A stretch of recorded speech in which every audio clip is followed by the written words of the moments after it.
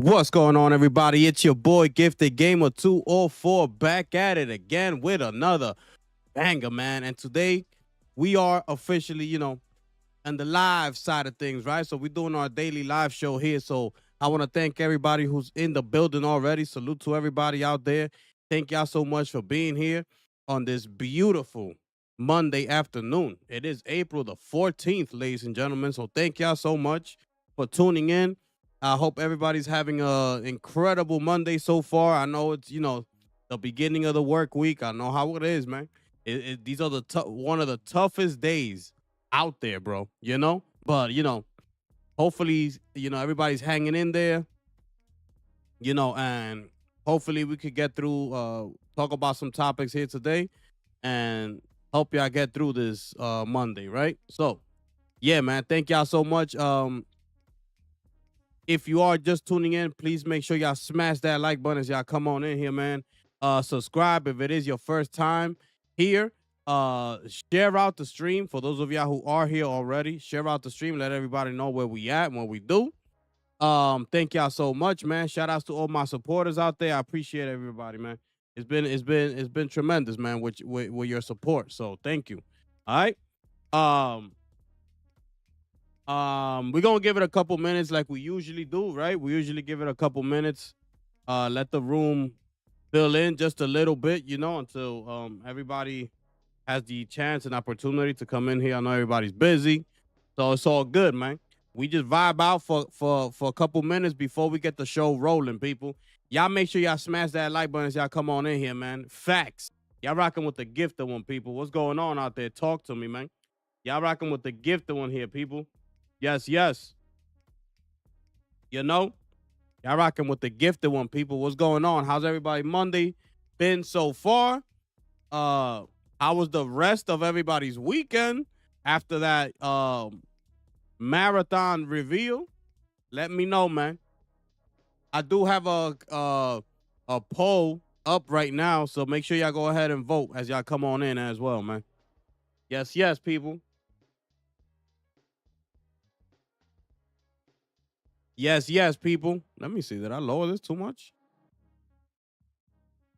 Where am I?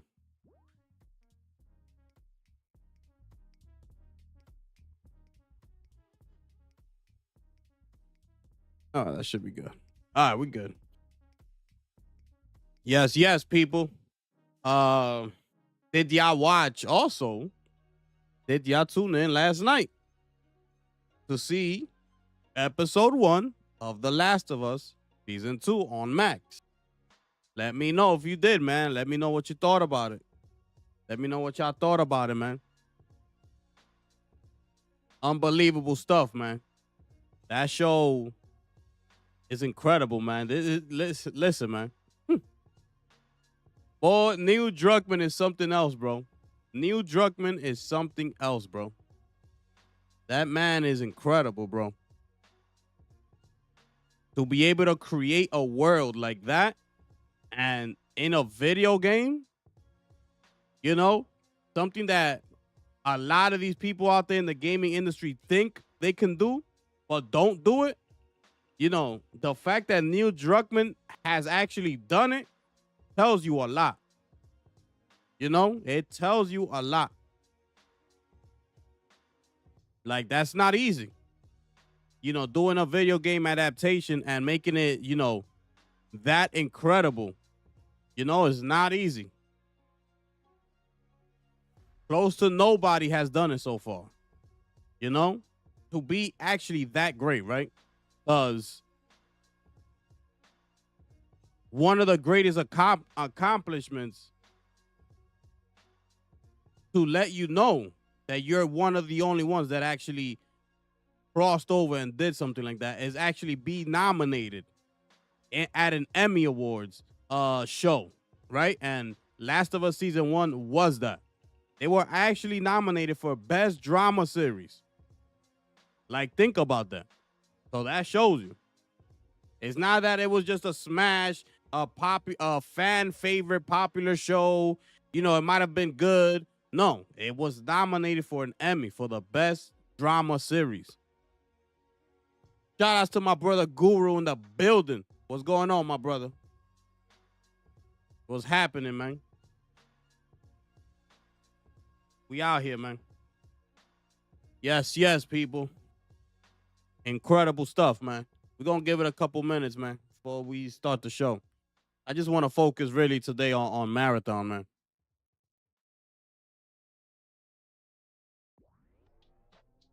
I just really want to focus on marathon. That's all. Shouldn't be too long of a show today.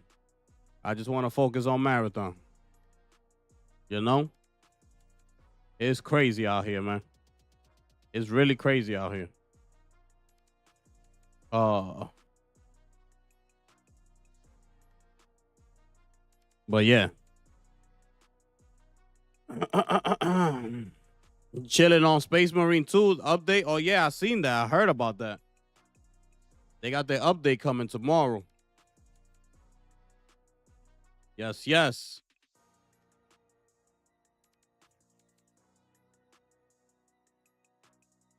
Space Marine 2 was good, man. It was good.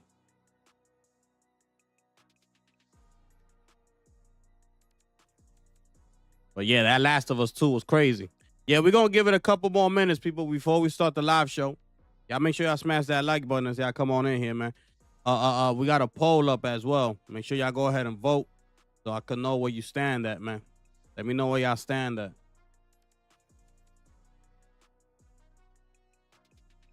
My favorite extraction, you know, Helldivers 2, bro. It's like that's a game that an extraction shooter that I've spent the most time ever, I believe. So it gotta be Helldivers 2. You know? Like, it has to be Helldivers 2, bro. I've spent so many hours on that game. I'm almost at like 900 hours in Helldivers 2, bro. You know? I've never spent that much time in an on an extraction shooter. Never. You know? So it has to be that. The game was unbelievable, bro. That game was unbelievable, bro. Like, um, let me see. I'm trying to think of which other one.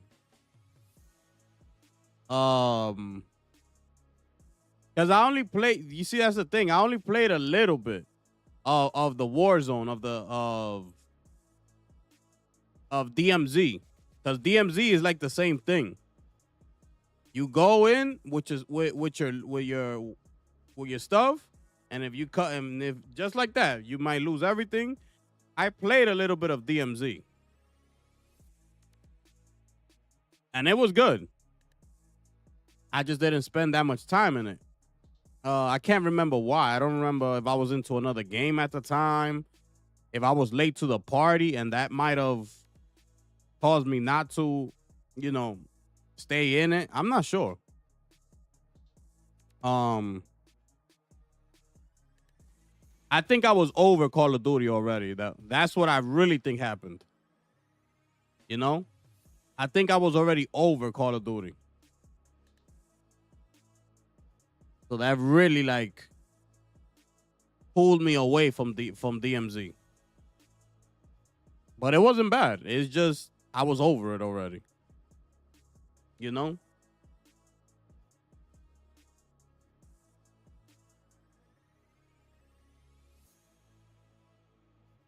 Um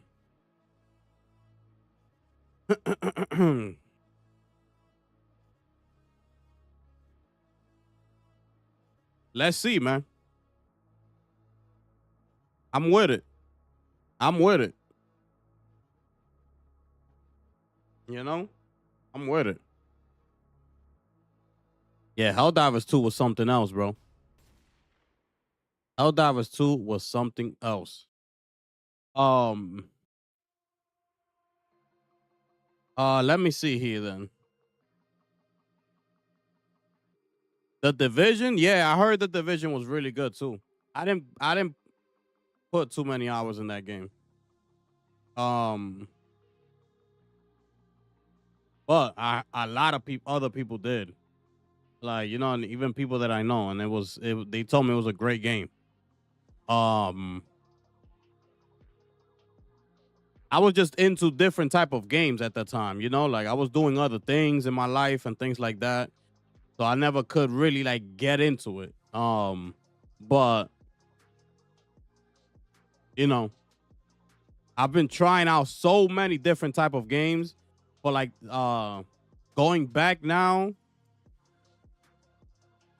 like it all started this generation, like the PS5, Xbox Series X generation, when I really started like diving into like different type of games and trying out different things. That's why I told y'all.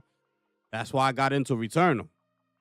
You know, that's why I was say, yo, this is the generation that I'm gonna start trying out different type of games, and I'm gonna see that I can't be stuck on one genre and just here, and that's nah. I want to be able to, you know, go and try something different and be able to say, you know, whether I liked it or not. So that's what happened with Returnal.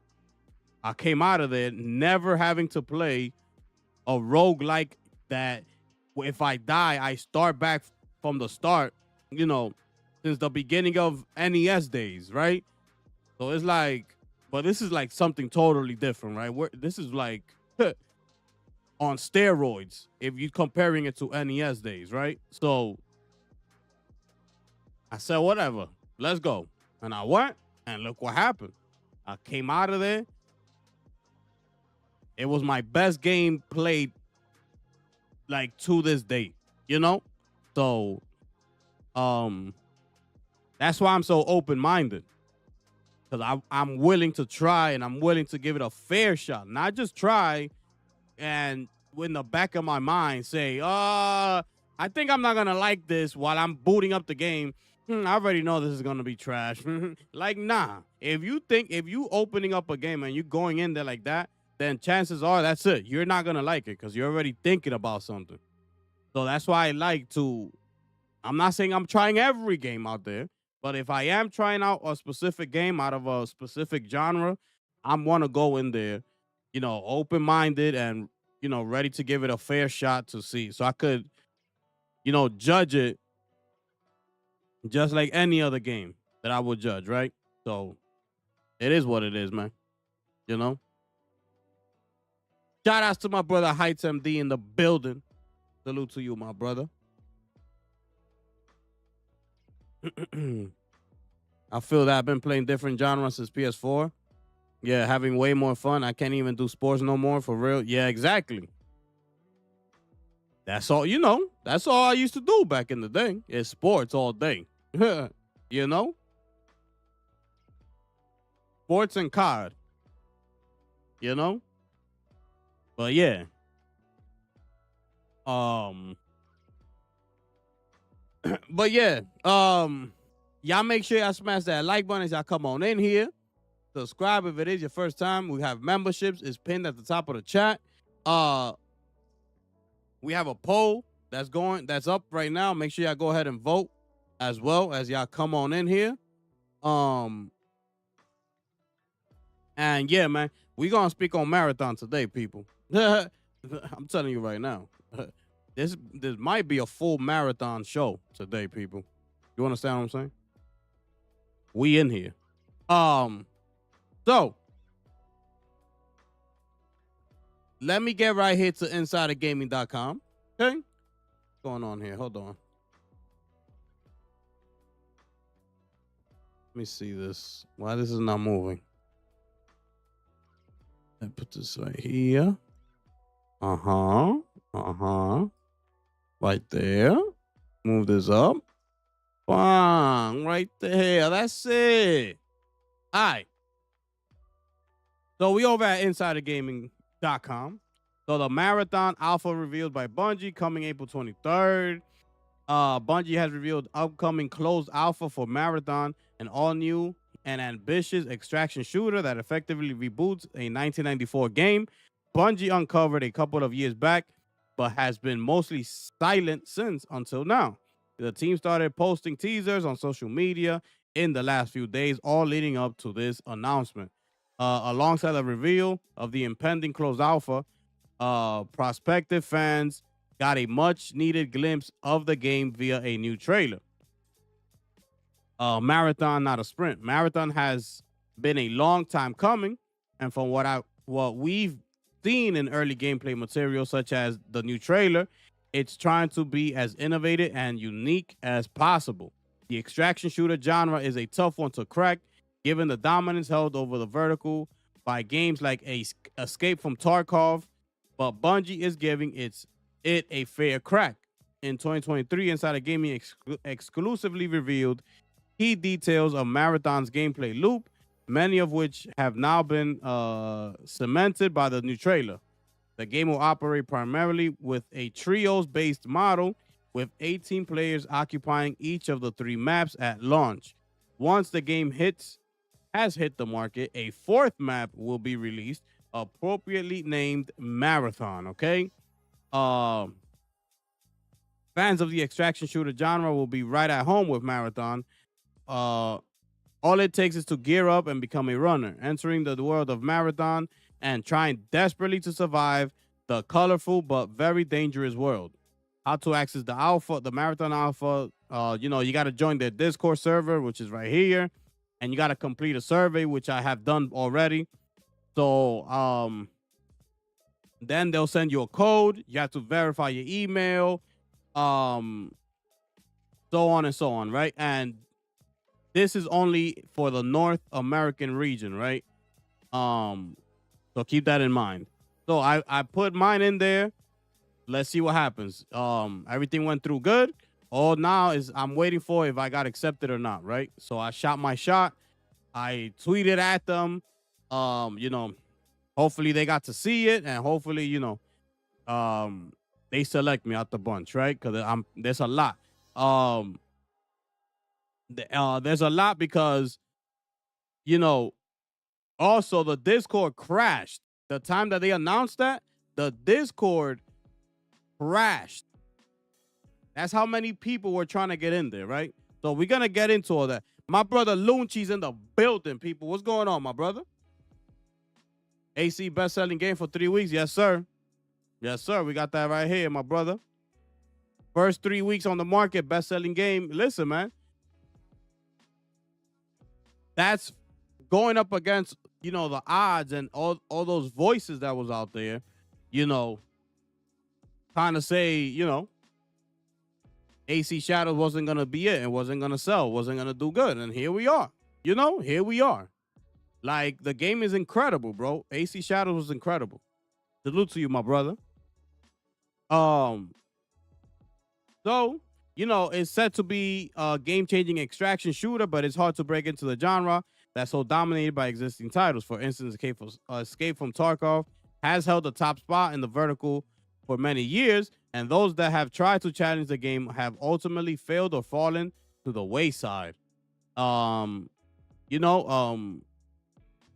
This is the Joe Ziegler, right? The developer. They asked him, right? Joe Ziegler was transparent when talking to Jake Lucky about Marathon following a recent behind the closed doors playtest. He suggested that the reason why extraction shooters fail is because they come in and worry about competing with other existing titles, I should say. But it's all about trying to be different enough to live alongside those top dogs, okay? This is what he had to say. I might be naive in saying this, but I'll be honest. To me, I don't think of making games as like directly competing and trying to eat a bunch of other people's lunch. For me, whenever I think about it, it's like, how do we offer something that's interesting and cool and can live in its own space alongside other titles and be just as big and important as others?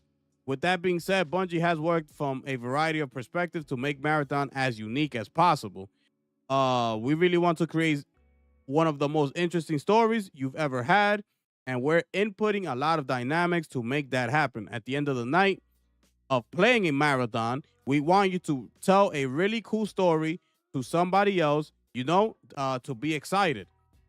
The team is also making Marathon the most accessible extraction shooter in the market, doing away with punishing mechanics and a steep learning curve to make something that everyone can play and enjoy.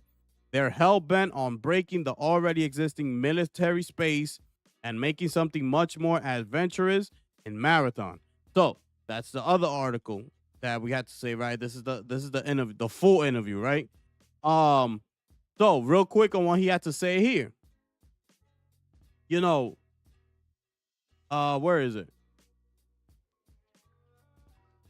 Somewhere in here. Okay. He's basically saying we didn't want to make just another military type go ahead team deathmatch, go in for the kill, keep it moving, right? He wanted to create something different, something that by the time you finish playing the game with you and your team, y'all could come out of there and saying, yo, we accomplished something, right? Like, yo, those runs were good. Like, I got money, we fulfilled certain contracts. We built our players up and things like that. The progression side of things, right? Instead of just shoot like team deathmatch, kill confirmed, like domination, like over and over and over again, right? That's all you're doing is basically killing each other. That's all you're doing, right? So he didn't want to create that space. He wanted to take, the extraction shooter route, right? And basically wanting you and your team to create something like a social experience type of vibe, right? It's almost basically, you could call it like a co-op if you really look at it, because you're gonna go before with your team of 3. You're gonna go sign a contract, right? Those contracts that you got to sign before you go into the game. You sign up, whatever the contract is, you and your team go into the map, and it's almost like a co-op situation happening. It's just not a story campaign, but you're going to go in, look for the contract. What is it that you got to do? Whatever it is, you're going to be in the map, and you're going to go through certain areas, certain rooms, looting, looking for stuff.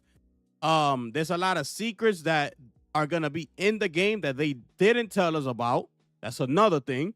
And while you're doing all that, you're also trying to complete the contract that you signed.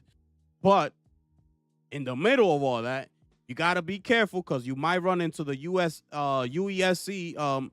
security, which they already told us the AIs are no joke, right? There's not like these dummies that you're just going to be able to shoot and continue on with the mission, and it's just going to be that easy for you. Like, no.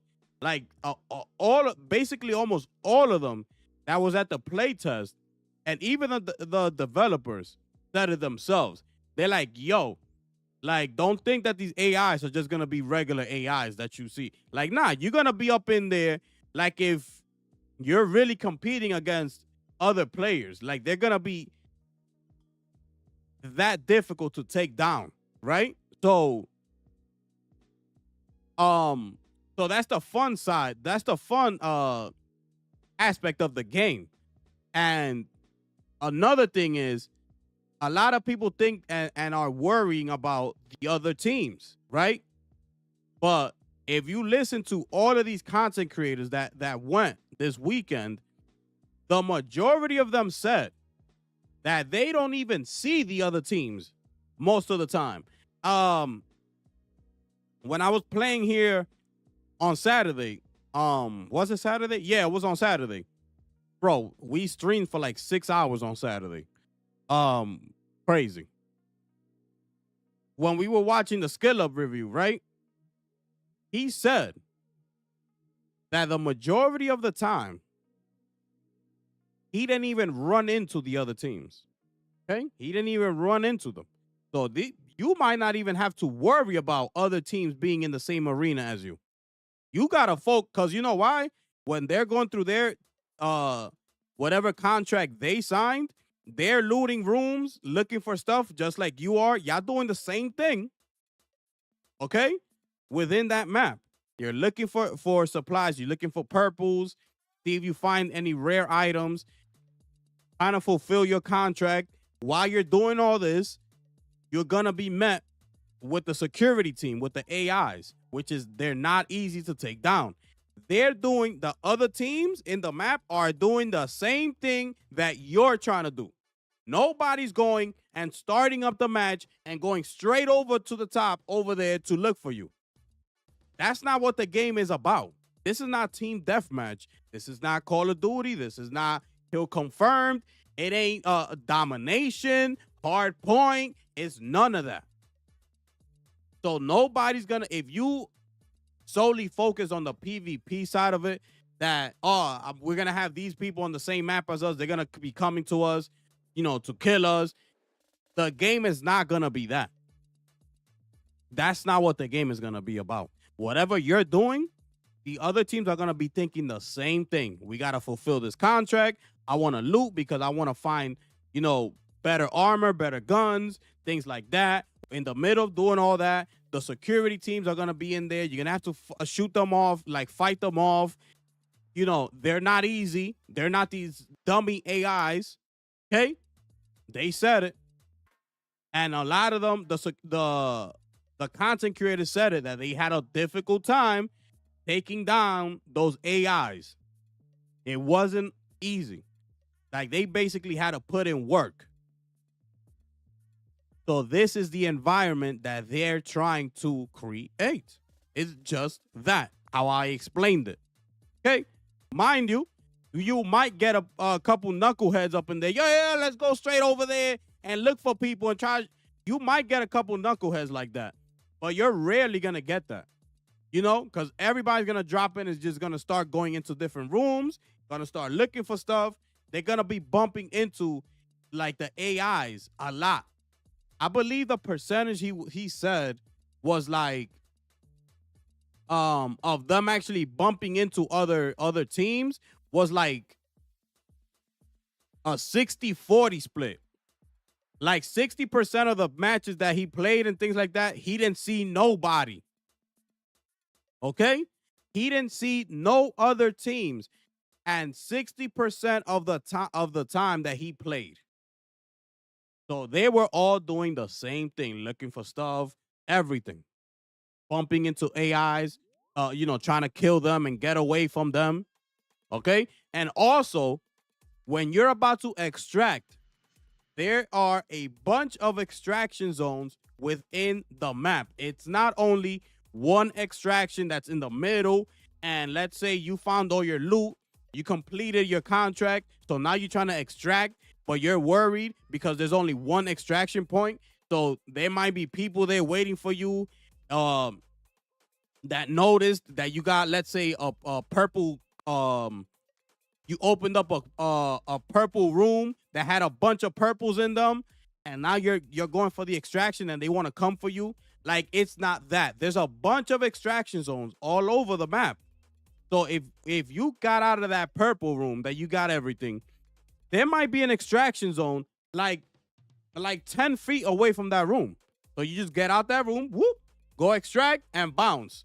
The other teams are still going to be in the map. There's a bunch of other extraction zones.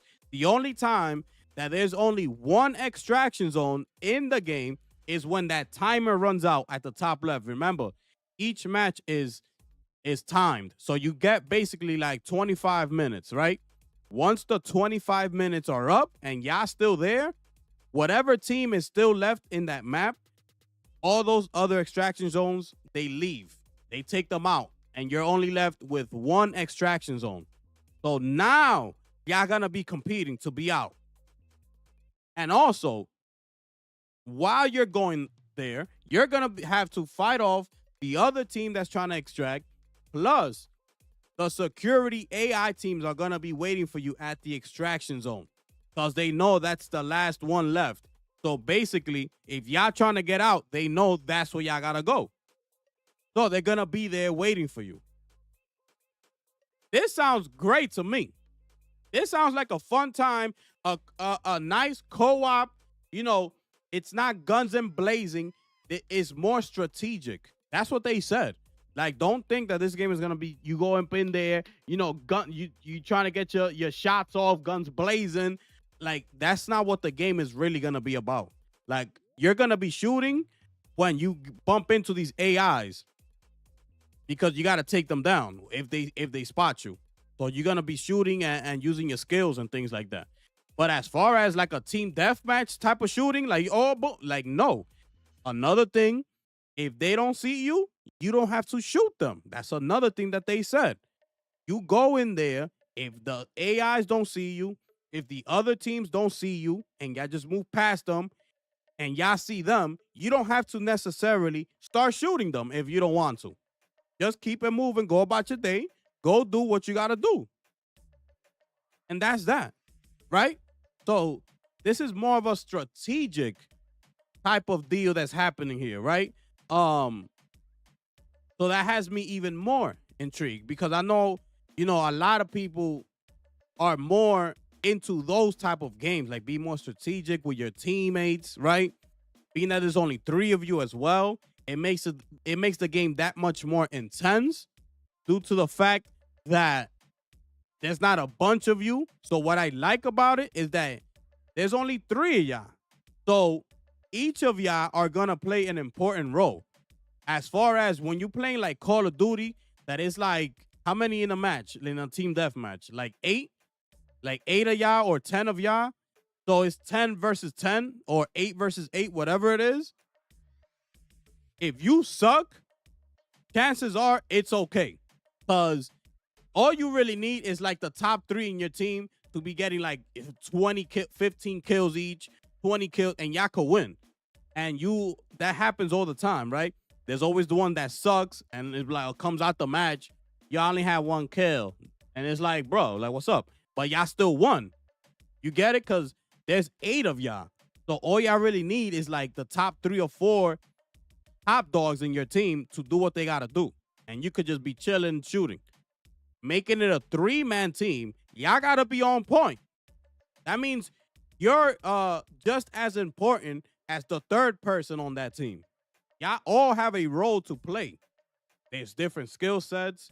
Y'all gonna each bring something different to the table, right? Or y'all could all pick the same guy. It don't matter. But you're gonna have different ways to customize them. It's up to you and your team. Whatever strategy you put in before entering the match, I don't really feel like looting today. Let's just go guns and blazing and let's see what's up. I wanna try to kill every team that's in the map trying to get loot. Let's go up for that purple over there. And you go in there with just like a like basically loot that you don't care about losing. You go in there. It's all about how y'all feel like doing it. That's the whole thing about it. So that's what he was saying here, basically, right? And also, my brother C Fresh, what it do, my brother? My brother Miley's in the building, people. Yes, sir. We in here, people. Yes, y'all make sure I smash that like button. Y'all come on in here, man. We got a poll up there. Make sure y'all go ahead and vote before, y'all come on in here. Let me show you this because this guy right here explains what the game is actually, right? In 4 minutes, right? So let me play this for y'all real quick so y'all can understand, right?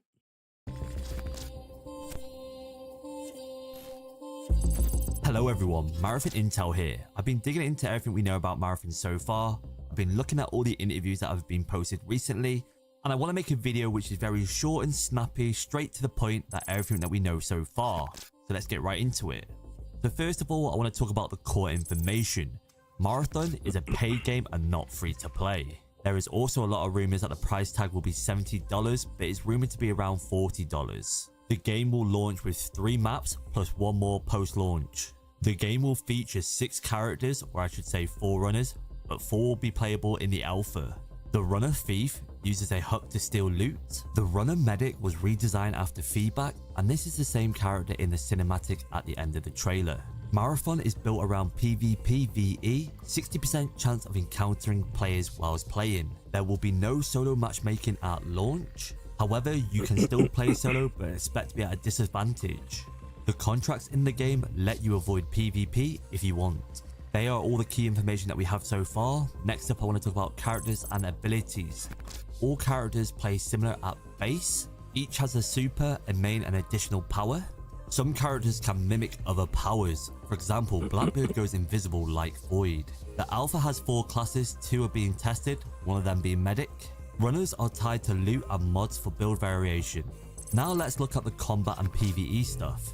High value targets spawn with red domes, tough and rewarding, so higher chance of getting loot, but harder to kill. At launch, Marathon will include 20 plus weapons. This also includes grenades, mods, and tactical gear. Gold loot is rare and powerful, changes weapons or abilities. Loot can reshape your playstyle entirely. Next up, we have Loot can reshape your playstyle entirely. If you get golden loot,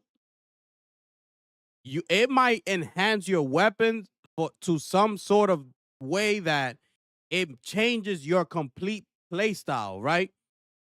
Who knows? It might turn it into a damn death machine, and it might cause you to want to be a more aggressive player because you now have this gun that has been turned into a damn death machine that is basically, you hit the target like 3 times and they done, and you see somebody running with a purple and you're like, oh, I want to get that guy. I got a death machine. Let me go over there.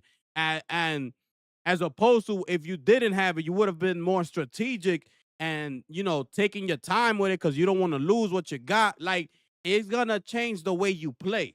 Things that you pick up will change your play style. Also, depending on the runner that you pick is going to change your play style because you're going to want to be more in tune with that particular runner that you pick to go into the match with, right? So every round is going to be different. That's what they said as well. Every match you run, you will have a different experience from the last one. Also, that whole losing your loot, each round, they said as well that that's why they went with that, because they want every match to mean something to you. So you don't go in there just casually like you will do in a Call of Duty match or even in a Marvel Rivals. Like you just go in and like, I lost. Okay, whatever. Like, we lost. Okay, whatever. And keep it moving like it don't mean anything, right? Even in Call of Duty, when you lose a team deathmatch, it don't mean nothing. It is whatever, right? So that type of play style could get boring. And it does get boring, right? Because now you're stuck in the loop doing the same thing, right?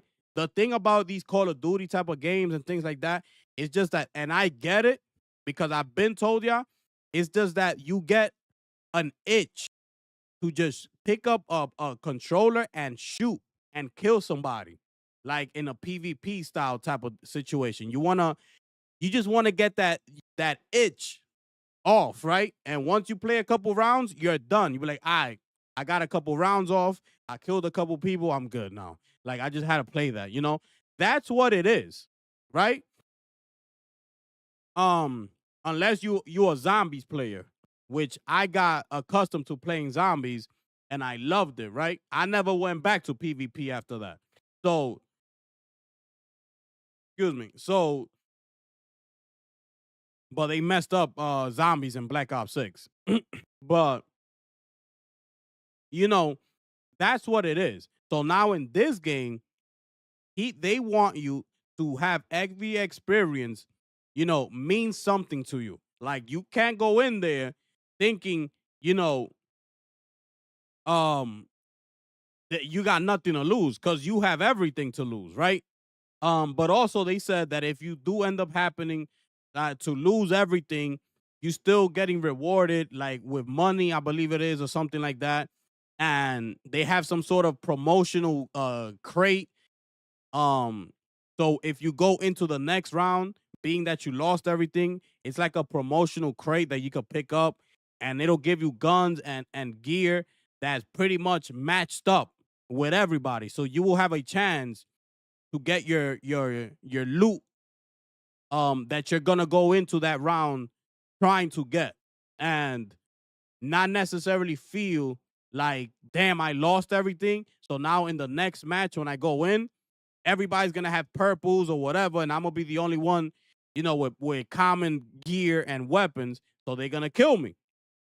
That's not it. So they spoke on that. They told everybody, even if you lose everything, you still got, you know, that contract. If you fulfilled it, you got money from that the whatever it was that you got from it, and you're getting this promotional crate that you could basically come back in and give it another shot. So that's what they want you to do, bro. It's all about team. This is what they said. This game is a social experience that they want you to have with you and 2 other people.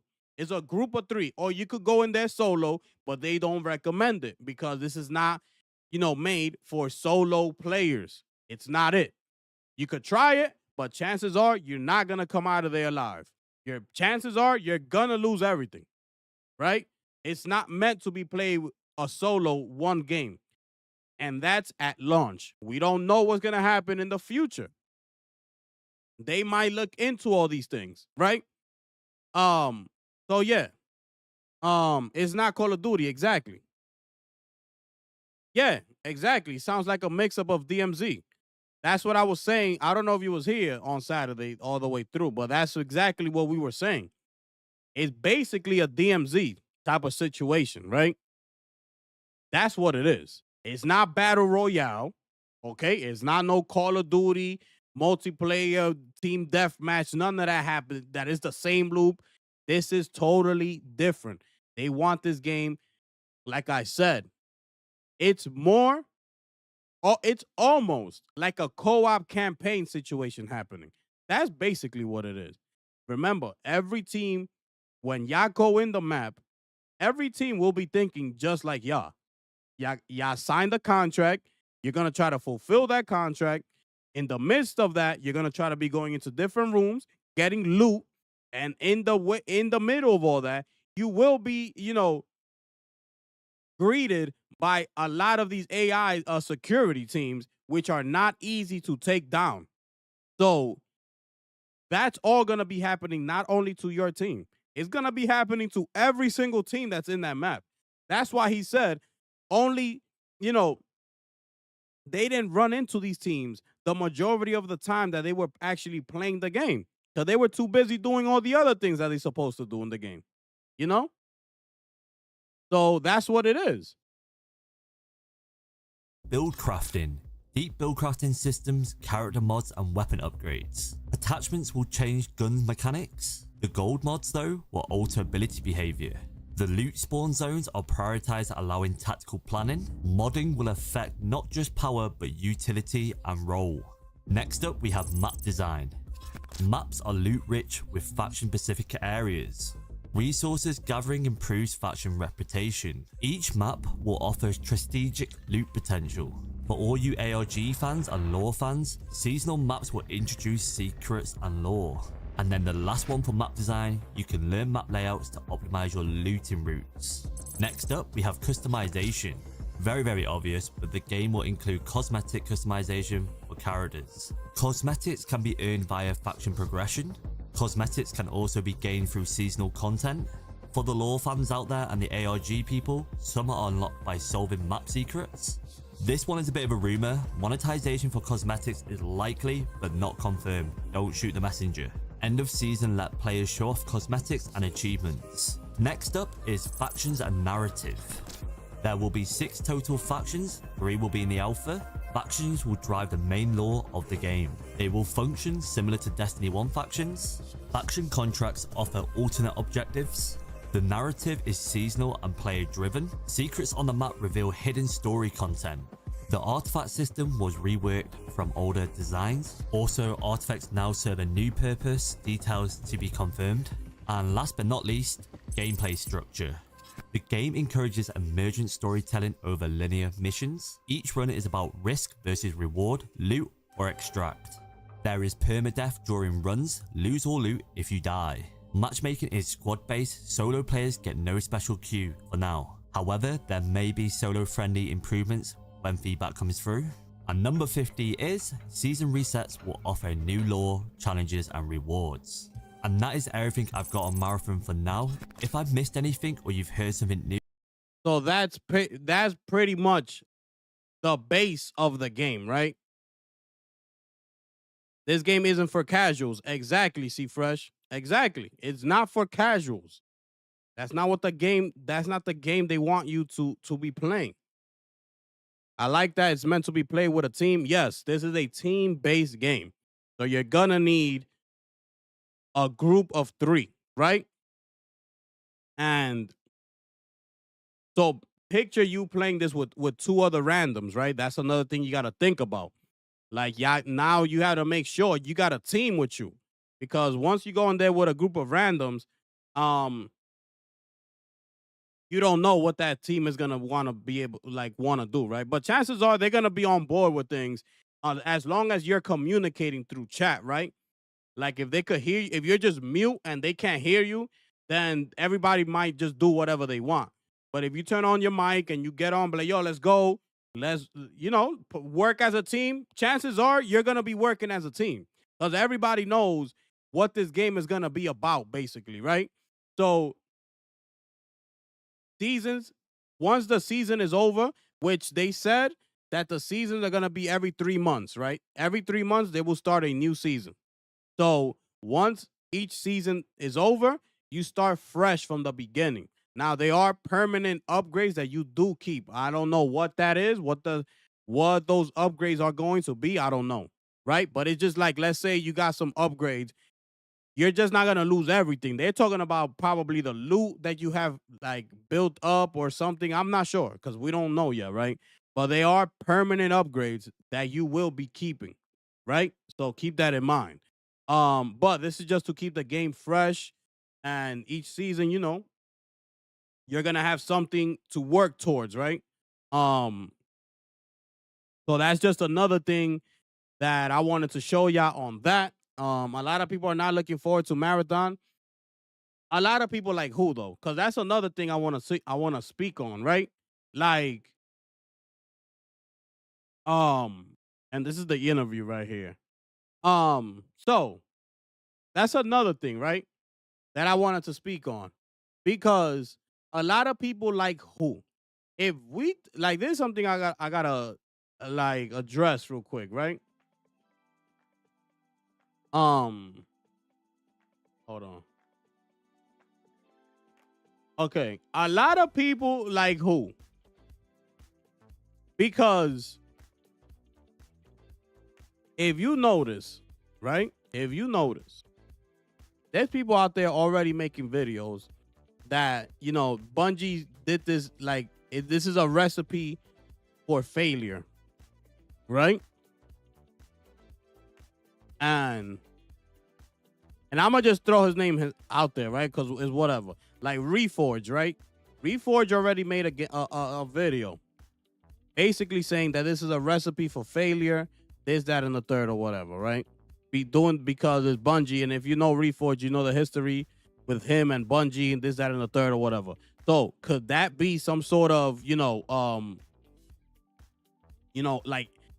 like little hate type of move, jab, that he's trying to throw back at them?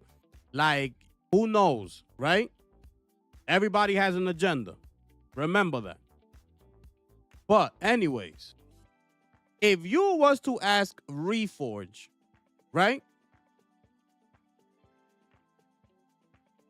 Will you be playing this game even if it attracted you? What do you think that answer is gonna be?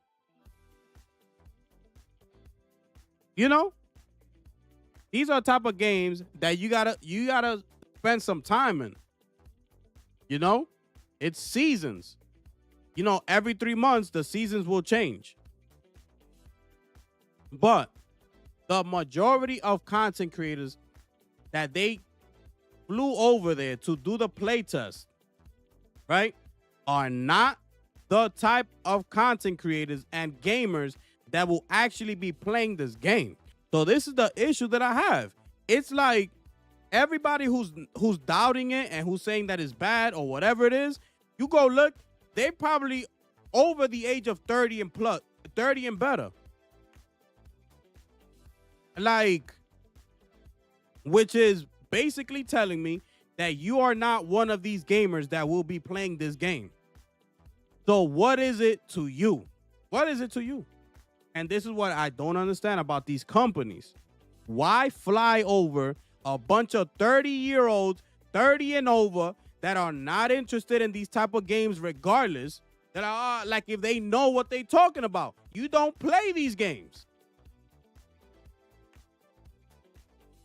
So I don't understand. Instead of inviting the younger generation who's up and coming, who's actually, spent hours playing these type of games, they out there. They're out there, right? So instead of getting a bunch of people who are in that lane, because all I keep seeing is these bunch of old heads talking about extraction shooter, it's not gonna work. You don't even play the game, bro. You don't play those type of games. So what are you talking about? Because as far as I'm concerned, when we come look at over here, the top,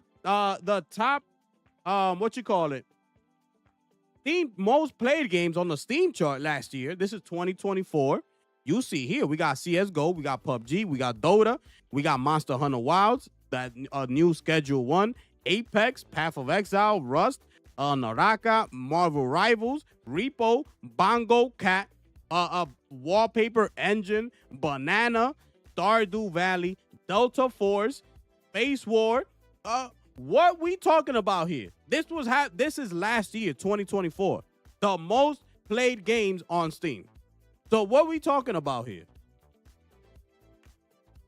That nobody wants to play an extraction shooter or whatever it is. Like, this is all people play. It's right here in front of your face.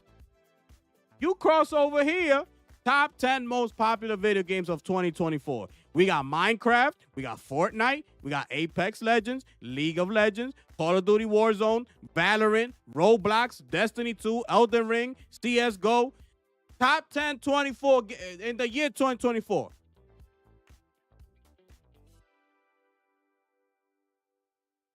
This is the direction Bungie decided to go with Marathon as an extraction shooter. They didn't want to do the free to play. They feel, and they are saying, right?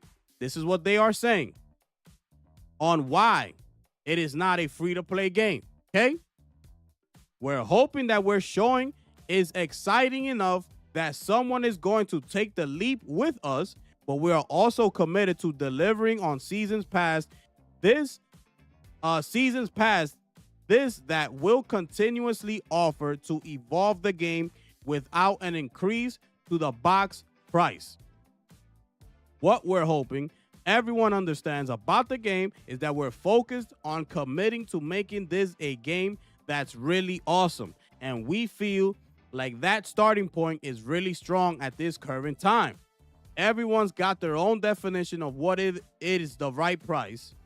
As we deliver that information, we're hoping we hit the right price that makes you feel it's worth your value. You understand what's going on here? The thing about this is, and also, by the way, this just in, by the way, Bungie has confirmed that Marathon on the PS5 will support haptics for the DualSense.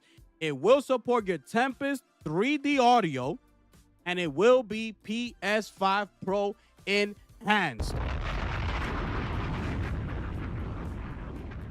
Finish him. It's right there. This just in, ladies and gentlemen. By the way, sorry, you get all that on these other games that you're playing? You getting haptic feedback, adaptive triggers, 3D audio, PS5 Pro enhancement? You getting all that in these other games? Like CSGO and Marvel Rivals and the rest of them? You getting the full Stony treatment? But you want the game to be free. If it ain't free, it don't work for me. This is, like they said, a premium title.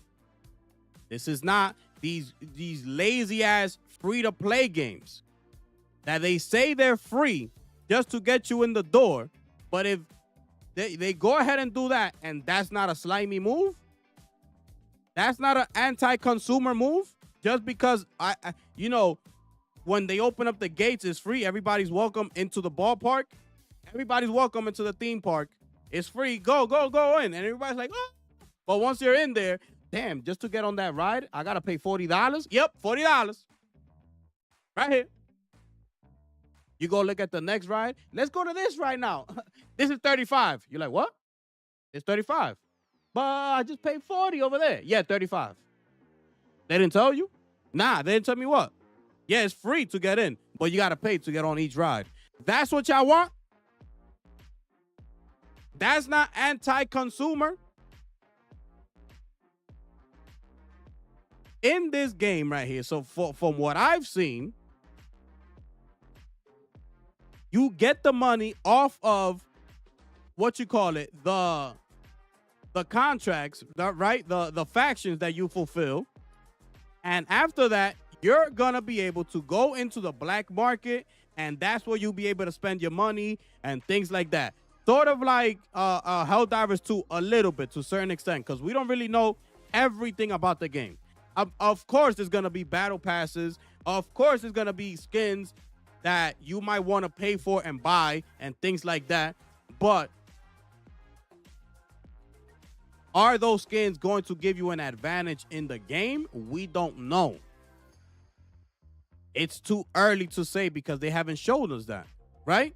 So if that's the case, if let's say they put skins in the store and weapon skins and character skins and things like that, and those skins actually happen to give you an advantage, and you got to pay like $20, that's going to be hard to sell, because now you're selling me a game at $40, you know, when I'm getting all these other games for free, plus you're asking me to pay another $20 for this skin package, which gives me an advantage within the game. It's not just a skin that you just like the way it looks. So the choice is a lot easier if it's just that, because you know that you don't have to buy it. It's not gonna give you an advantage or nothing like that. It's just, it looks cool. Now, if you have the extra cash and you just happen to buy it, it's on you. You understand? Like, that'll be different as opposed to, oh, but we also got this skin and it gives you an advantage. You get extra health and blah, blah, blah. And the weapon skin gives you, you know, an extra clip or something like that. That's different, right? That's different. So we don't know yet. But anyways, they're saying that this is going to be a premium, high-quality game, as it should be, as Concord was. Concord was a premium title.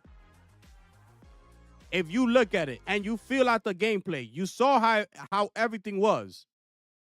They just, granted, they messed up in certain areas that they just couldn't recover from. Right? It's going to be that times 1,000, because we're talking about Bungie here. We're not talking about Fire Sprite. So, and they have the machine behind them, which is SIE. So expect the game to be high quality.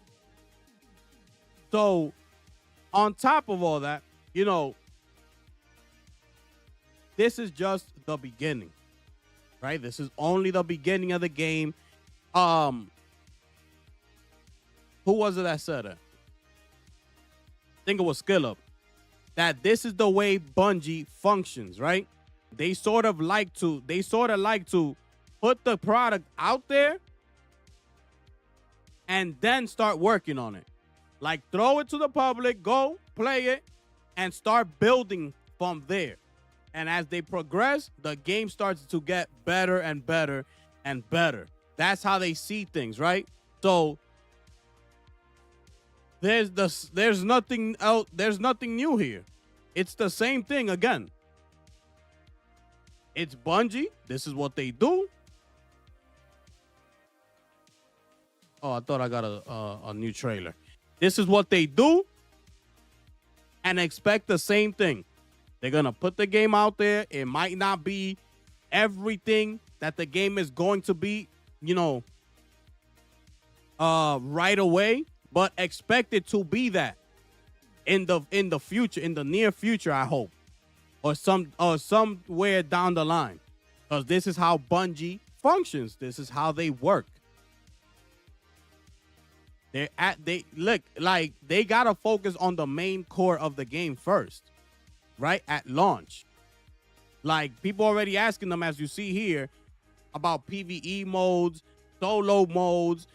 They can't focus on all that right away. Right now, their main focus is to get this game out to the public the way they intended it to be, which is a trio, a team-based, working on factions, things like that. The way it is, right? The way the game is supposed to be. And once it launches, like SkillUp says, Bungie will start doing Bungie things. They're going to start upgrading the game. They might put in new modes, like PvE only, solo drops that only solos.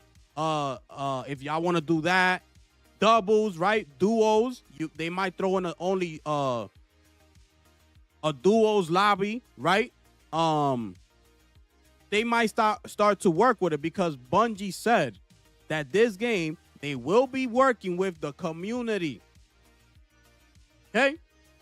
So the future of this game lies heavily with the collaboration of the community. It's not just them that's working on the game. They're going off of feedback. Like, I'm pretty sure they're going to have their main people that they go to, that they trust in getting that feedback, letting them know, yo, this is not working. Change this. Yo, this is working. We need more of this. Add some of this. Like, they're going to have their go-to people that they're going to be getting information like this from.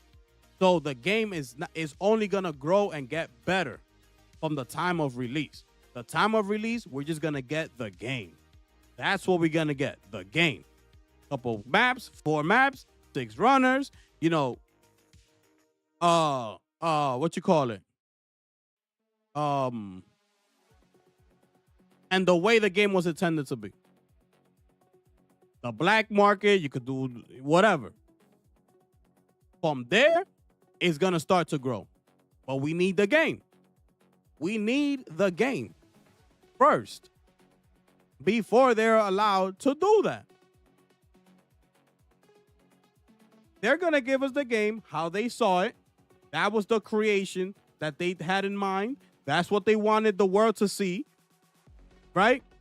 They didn't want the world to see this game as a solo, as a duo, as PvE only. No. But that's not to say that those plans can't come down the line according to the feedback from the community. And it's not a $70 game. Chances are it's going to be just like Helldivers. It's going to be like $40. Just like Concord, like $40. So that's what it's going to be, and that's what we should be expecting. Okay? The thing is that now all of a sudden, just because all these free-to-play games out there, now they're saying, oh, this game should be free or it's not going to do good. This game should be free or it's not going to do good. And it's that type of publicity, is that type of talk that gets the negativity out there, and now all the comments start swirling, and now everything is like down, down, down. It's going down, down, bad, bad. We don't like it. This is not what it is. All because your favorite content creator just comes out here and starts saying a bunch of negative stuff, even though the game is not even towards them, because they don't even play these type of games. But they'll go ahead and big up a game like trash ass Avowed. This is what I cannot, bro. This got me so frustrated this weekend, bro. You don't even understand. You don't understand how frustrated the talk on the internet got me this weekend. You don't understand. Like, the shit pissed me off. because the majority of these people talking trash ain't even gonna play the game. They don't even play these type of games. I don't know. But then we'll turn around and say that Avowed is fire, and say that South of Midnight is fire. Whoa, like, yo. And say that Indiana Jones is somehow better than Uncharted. They said that Indiana Jones is Xbox's version of Uncharted. Unbelievable. Unbelievable. And if it's that good, why only, it's probably a little bit higher now, but at the time that I said it, when the game was hot, Indiana Jones, why did only 11%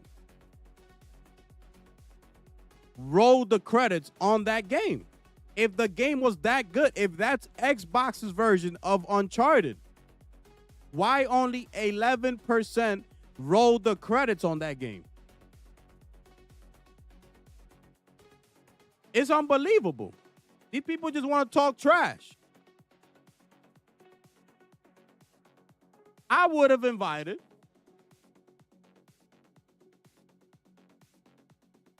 all these people right here.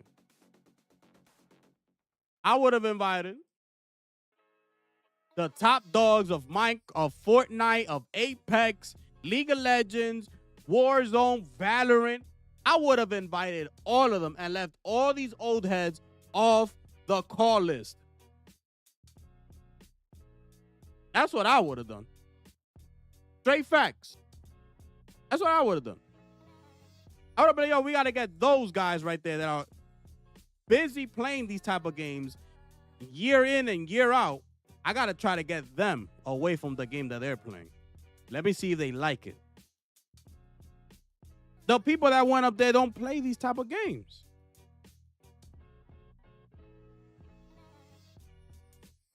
So, yeah. It's unbelievable. So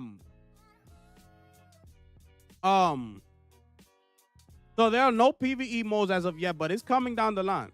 It's coming. All right. Let's see what else I had here on Marathon, right? Wait.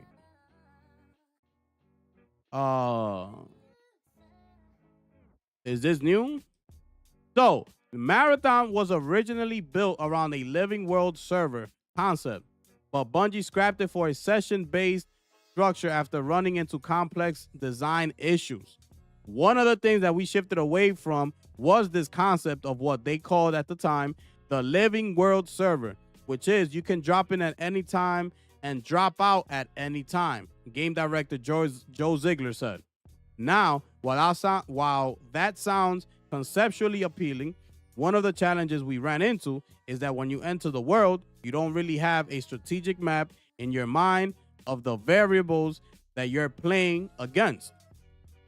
And so when you enter the world, you could walk out into the open and immediately somebody is to the left of you, or the world in front of you has been looted already, or the case might be, right? And then trying to solve those problems became very, very complicated. Whereas if we decided to go, hey, we're going for a session-based thing, it's easier to say. Or at the beginning of the session, this is what's true about the world. And then it can decay from whereas you think about it and adapt to the different ways that the other players have been interacting with it. So that was big, and that was one of the biggest changes, right? So basically, you know how you drop in, like in Call of Duty in the middle of a match, and you drop in and somebody's right in front of you and you get shot as soon as you land, boop, shot, just because they just happen to put you there, boom, like you're done. They didn't want that. And you know, this game, if you die, somebody has to come revive you, right? And there's only 3 of y'all. So it's gonna make the situation like a lot worse, right? And then, like he said, what if they drop you in and that match is already like you only have 5 minutes left. The whole map has already been looted. There's nothing for you there. So it's gonna just, for them, they just found that like complicated and they found it unappealing, right? They rather just do it server by server where if you're landing in, they're basically gonna put you in a matchmaking where, let's say, you know, there's probably a duo on the lobby that's waiting for that third person, and they're gonna look for those type of situations for you instead of dropping you in the middle of a match and it being that problematic, right? So that's what they're saying here, which is a good thing that I like, right? I appreciate that they did that, because this game is not Call of Duty. You're not going in there just shooting. It's not that. It's a team-based game, very strategic. You got to plan out what you're going to do when you get in the map. You know, it's going to take a lot of, like, you're going to be in a group chat, basically. Y'all got to be communicating to see what's going on. Like, while one person is trying to open up a safe, the two of you might be behind me on the lookout to see if anybody's coming while I'm trying to open up this door to get in this room, you know, that has a lot of purples in them. So you on the lookout for security or something that might be on the way. You know, it's like that, strategic. And also another thing, okay, there's a lot of secrets within each map, right? The one secret that they got to tell us about but did not show us was that there are secret rooms or secret areas that when you get in, it turns basically the game into a raid. So you will, from the main map where you're in, if you find the secret room or whatever, it now opens you up to a totally different area in that map. So now it becomes a raid. So now it's your team versus the AI. That's what it becomes to. That's what the game becomes, a raid where there it's PvE, you versus the AI. So that's another thing. They just didn't get to show that to us, but they mentioned it and they said it. So that's another, you know, plus to the game. There's a lot going on in the map, bro. I'm telling you. Shout outs to Diana in the building, ladies and gentlemen. Let's drop a bomb for Diana up in here. Y'all make sure y'all throw some fire emojis for Diana in the building, people. Finish him. I appreciate that fire bomb. Thank you very, very much. Rocking with the gifted one, people. What's up, gifted family? She says, what's up to the gifted family? Thank you so much. Y'all throw some fire emojis for Diana, man. Facts. But yeah, the secrets. So that's only one of the secrets that's in the game. There's a lot more. They're gonna throw, you know, what you call it? Events. There's gonna be like seasonal events as well that they throw at us, right? It's gonna be a lot going on. It's not just your typical shooting game, bro. That's what I like. That's what I'm interested in. It's a team-based strategic. Yo, let's go through here. Boom, boom, boom. Yo, you pick the stealth guy. I'm gonna be the met. There's also 2 more runners that they didn't show us that are gonna be in the game, and one I believe is gonna be like the medic of the team that's gonna be able to heal you even if you're down over there, something like that. I was told. The other one is not the stealth. I forgot what the other one is, but you know, you got to plan it out with your team. Do you want to have a medic in your team? If you don't have to. Y'all could go in the stealth. I'll be the assault. You'll be, you know, the sniper or whatever it is. It's up to you. But it's that type of game. And that's what I like. It's not your base, you know, battle royale that, like he said, that once one of your team members die, you basically got to wait the entire match until the other people in your team lose.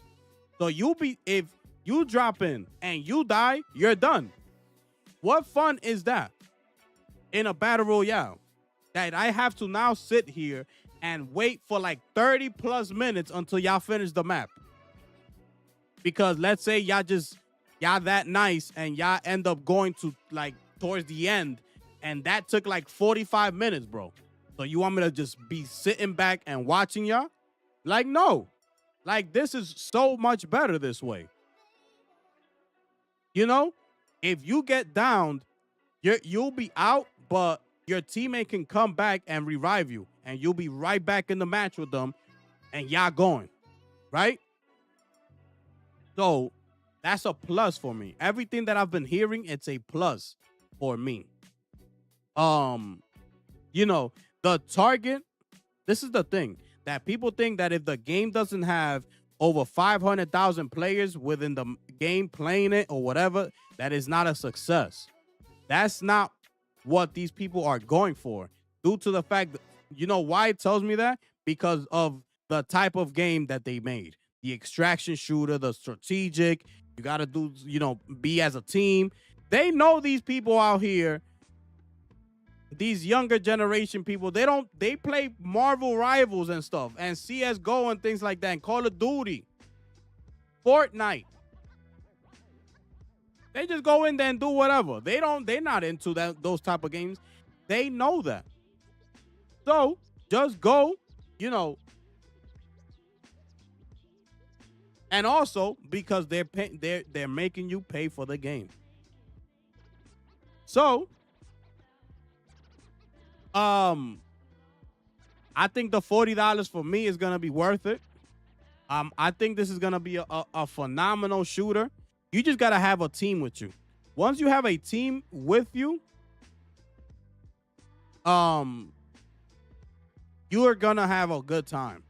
As long as you're not in there with randoms, you know, it's always gonna make the game work. It's just like if you in Call of Duty. Like, yeah, you could drop in on your own and shoot a couple rounds and things like that or whatever. But it's not Call of Duty if your whole team is all your friends.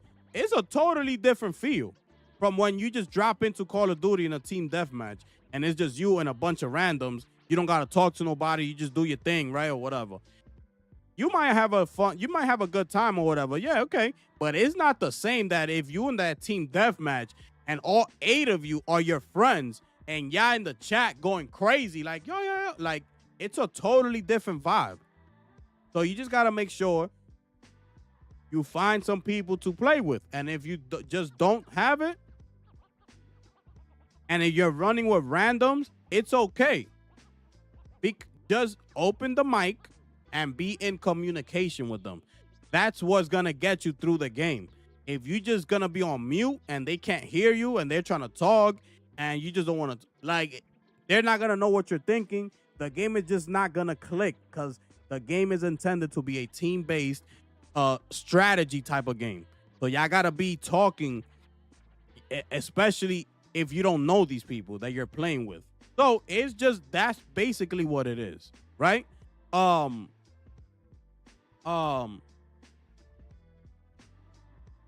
Let's see right here. I told you that. I had something else here.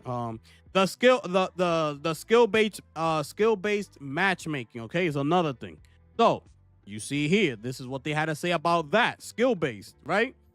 There's not going to be a skill-based matchmaking based on a skill, but there's going to be a matchmaking based on your runner level, which is an aggregate of how much time you put into the game, how much experience points you put in.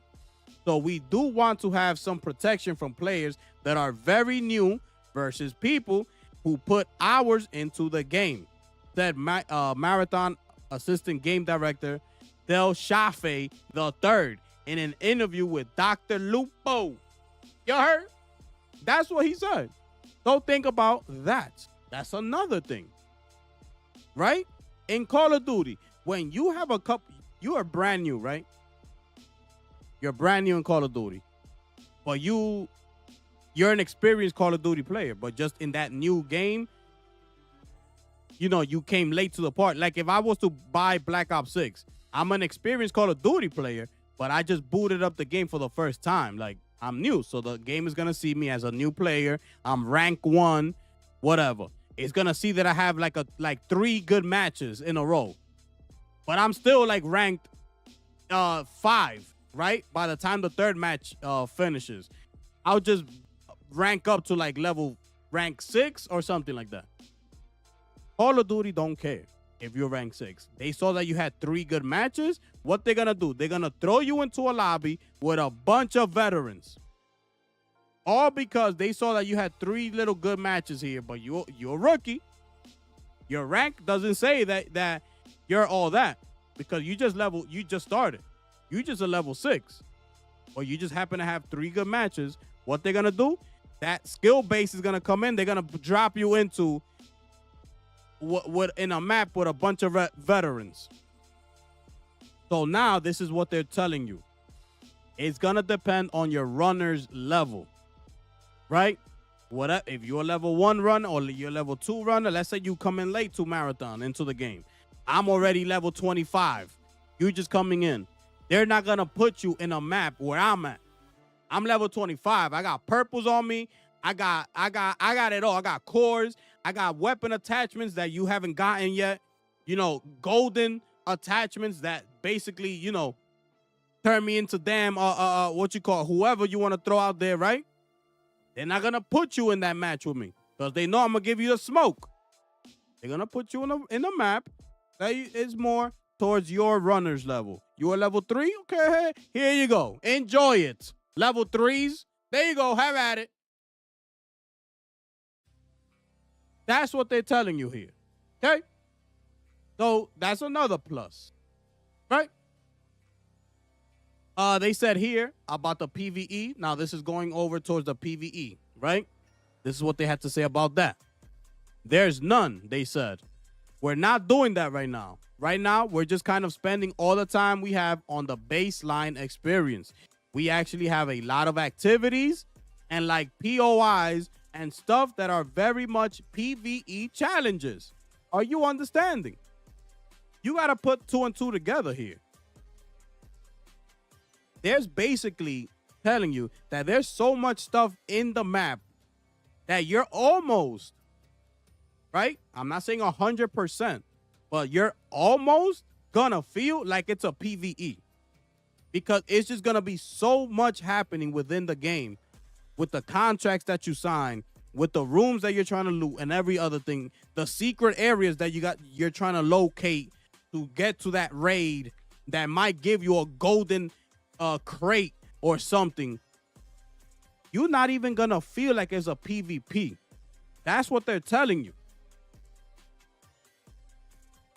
And so, even though we're not bespoke modes, we are investing a lot of time into making sure we have a rich PvE challenge as well as the PvP. Bro, this game is going to be phenomenal. I can't wait, bro. Yo, I can't wait. First of all, I'm dying to play a shooter. So you know I can't wait. I'm dying to get a shooter up in here. Like, I was trying out Fragpunk the other night in the member stream. I only played like 3 matches of Fragpunk, and I was done. I was like, you know what? I'm done. You know why? It's the same thing. You go in, team deathmatch, kill confirmed. Yeah, they got a nice little thing that is with cards, so you get to activate cards. That's that game that you have different cards, and it could turn the opponent's heads like bigger, or it could turn your head smaller, so they won't hit you with a headshot. You know, things like that. That's that game. And that game is coming to console April 28th. So if y'all interested. But it's on Steam. So I've been playing it. I played like 3 rounds. And I was like, okay. So I'm done. That's it. I got bored and I turned it off. Why? It's team deathmatch. You go in, you shoot, you get your couple rounds off, and you're going to feel good. And that's it. That's going to satisfy you. You're going to be like, okay, I got a couple rounds off. I'm good. That's all I needed. Like, to me, that sucks. As a gamer, you want to be, you know, you want a game to make you feel like it's worth your time, like you're actually working towards something, right? And that's what they're doing for us in this game. That's exactly what it is. You read this right here. That's all you got to do is read this right here. It should tell it all. That's why they don't have a dedicated PvE mode. It's because they know that this is practically pretty much almost going to be PvE with the amount of AIs that you're going to come across, those security guards. And they're not easy to take down. You know?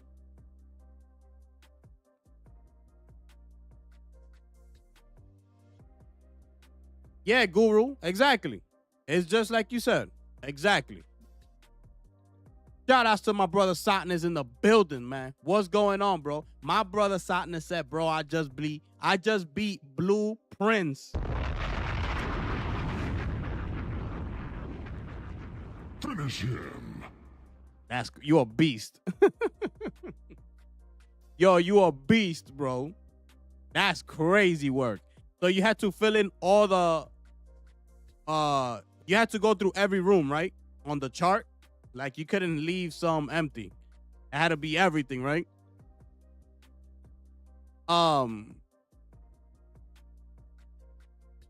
Yeah, I know that game is addictive, bro. If you haven't played Blueprints, it's free right now on PlayStation Plus. Try it out. It's the highest rated game right now. It's rated a 92, beating Split Fiction and all those games. So if you haven't tried it, try it out. It's in the beginning, it's a little learning curve, of course. You gotta learn the game. It's gonna start teaching you, you know, what this does, what that does. But it's not gonna take you that long.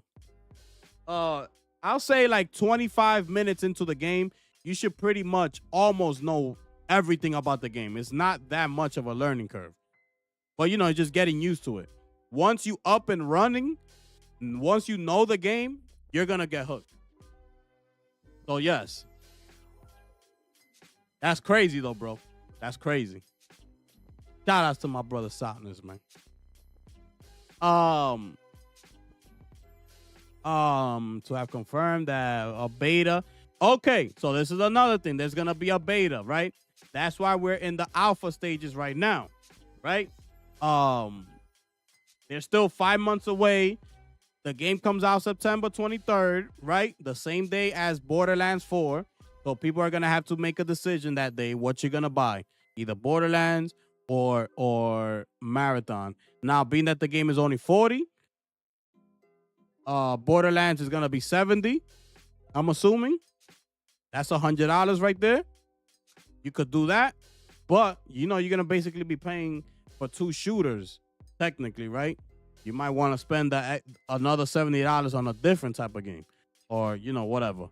So that's why I'm saying the majority of people are mainly going to make a decision, either to buy Borderlands or to buy Marathon. Because you're just not, I don't see a lot of people buying both of them, right?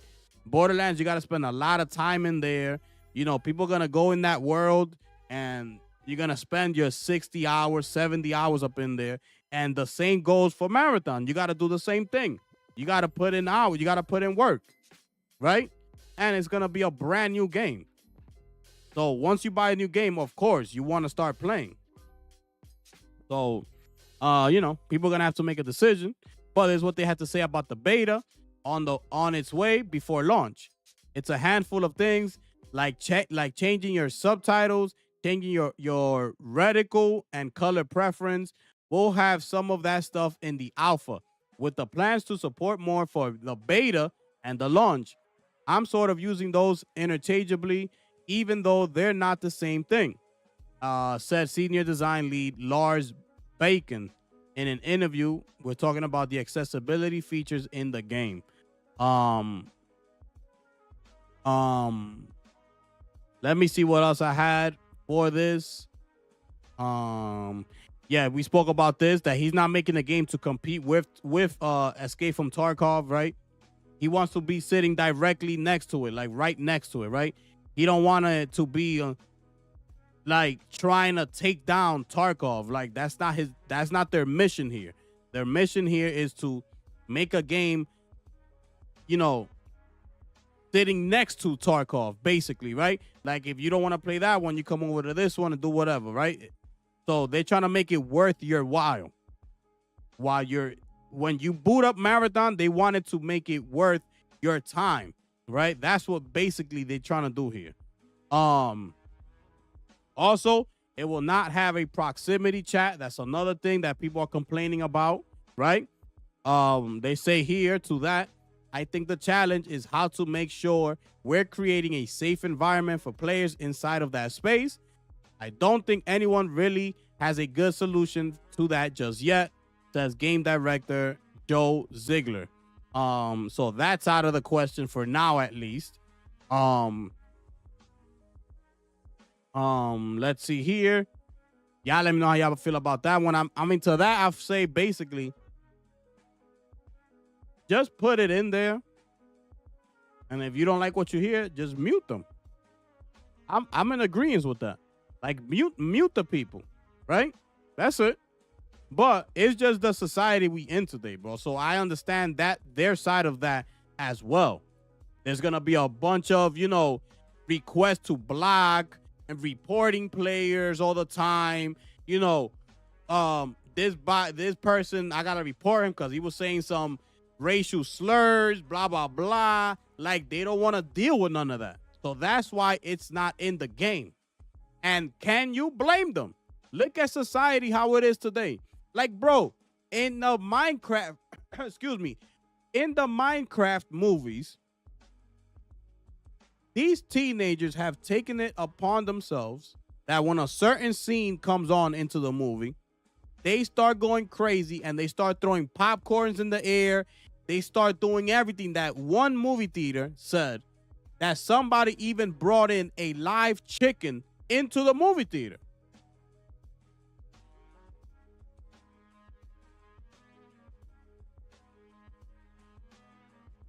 Unbelievable.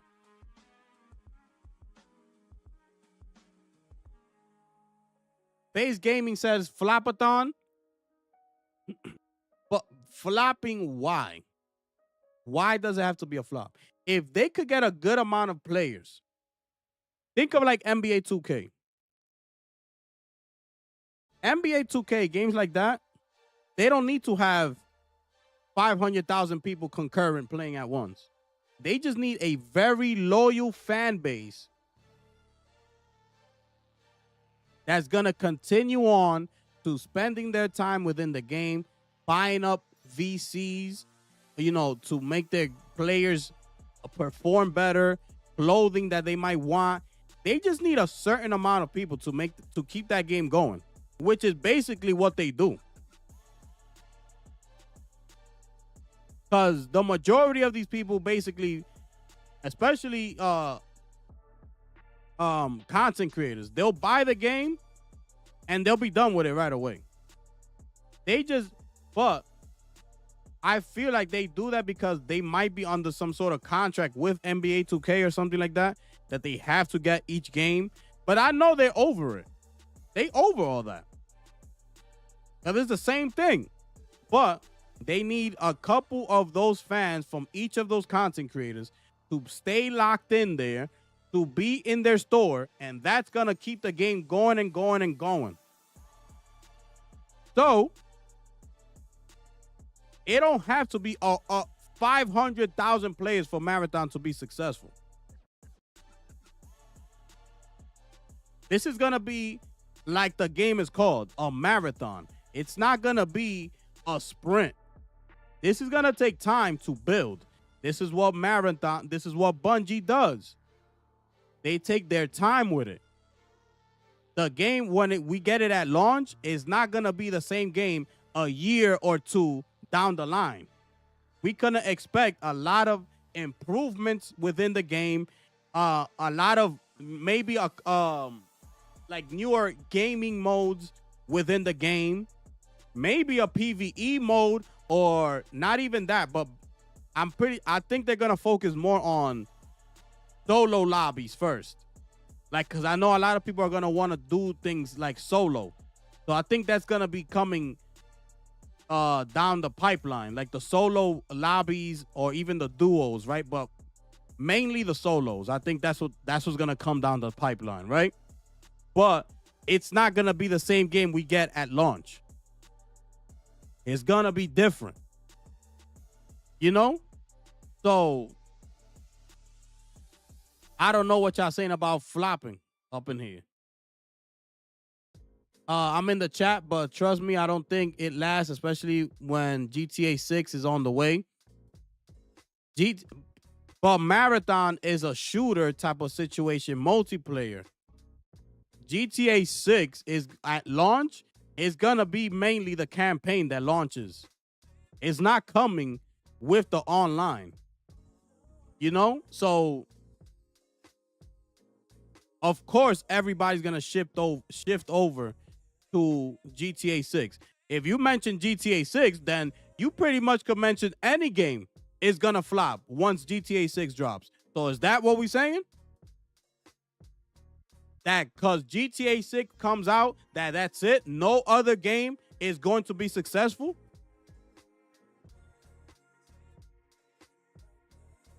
Like, no. People are gonna get their GTA 6. They're gonna play it. They're gonna create their content. They're gonna spend as much time as they need with it. If it's still doing numbers, because that's what's gonna happen. If the content of GTA is still doing numbers, like months later, they're gonna keep playing that game. But the media itself, like like people that cover the games, like the news, they're gonna be moving on to something else right away. So they gotta keep up. They gotta keep up with the news. Those are only those gamers that do gameplay on their channels that are gonna be stuck playing GTA 6. You know? But all these YouTubers that you watch that cover the news and things like that, they're gonna just keep on covering the news.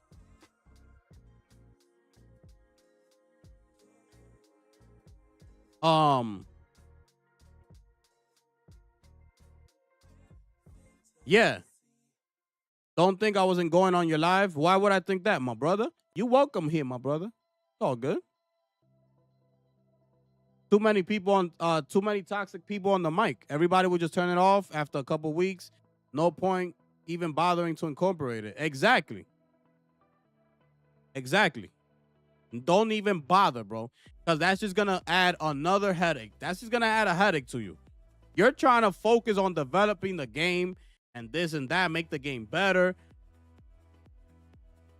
And on the side, you're gonna have to be dealing with all these tickets that you're gonna be getting from people like from players getting reported for racial slurs, this, that, and the third. Like, you don't want to deal with none of that, bro. You don't want to deal with it.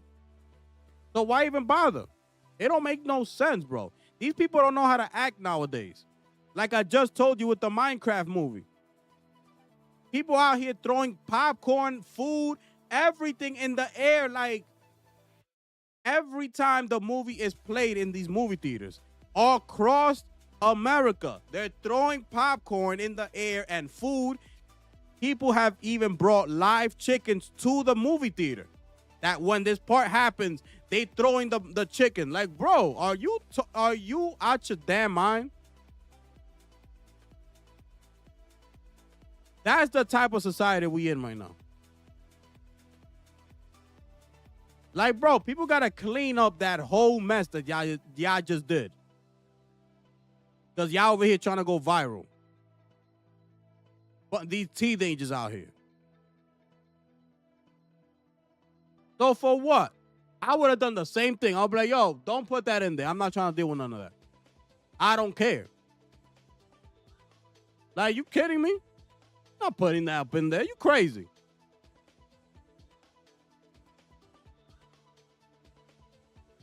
$2K and shooters are two different things? What do you mean?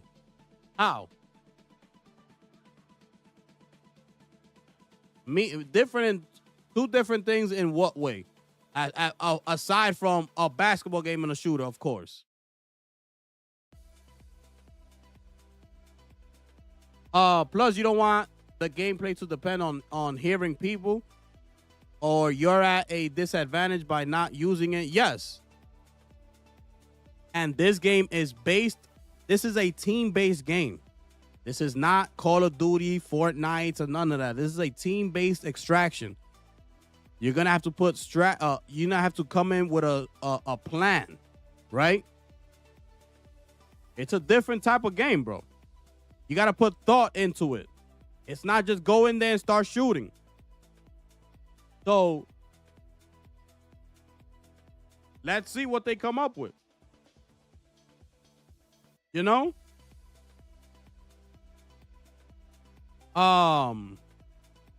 Let me see what else I have for y'all, right? These are the different runners. It's not full price. That's another thing.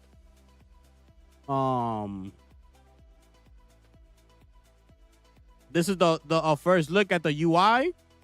Let me move myself out the way so y'all can see it. Like right when y'all about to start the match, this is what it's gonna look like. Right here.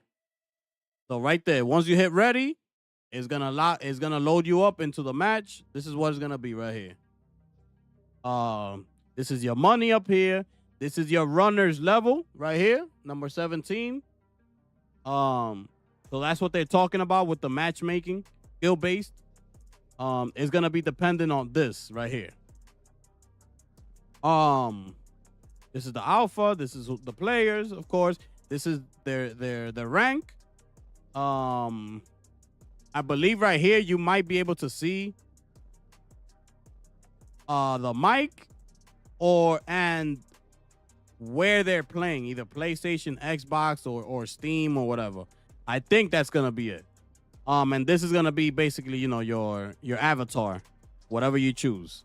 These are your players. These are your runners. This is everything you're loading into the game with.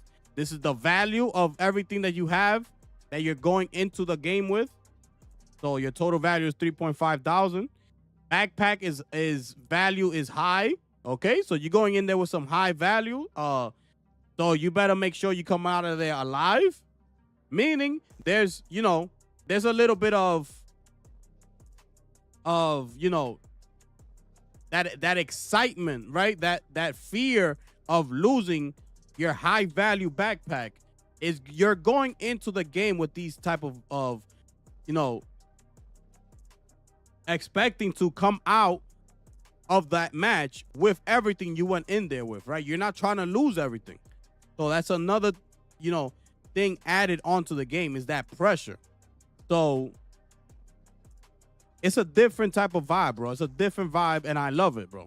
Like, this is what I want in a game. I got my Helldivers right there that if you want to do PvE and do whatever, you go in there, do what you got to do. You don't need no strategy. You go up in Helldivers. You go in the map. Y'all could go separate ways if y'all want, right? It's not a necessarily a team-based game. Go kill some bugs or whatever it is you're trying to do. If I need help, I'll call y'all over. Whatever. Just have a good, no strategy. If you want a different feel, you boot up Marathon. Now this is a team-based, just 3 of y'all. Do what y'all got to do. Bro, this is going to be incredible, bro. This is going to be incredible, bro. Okay?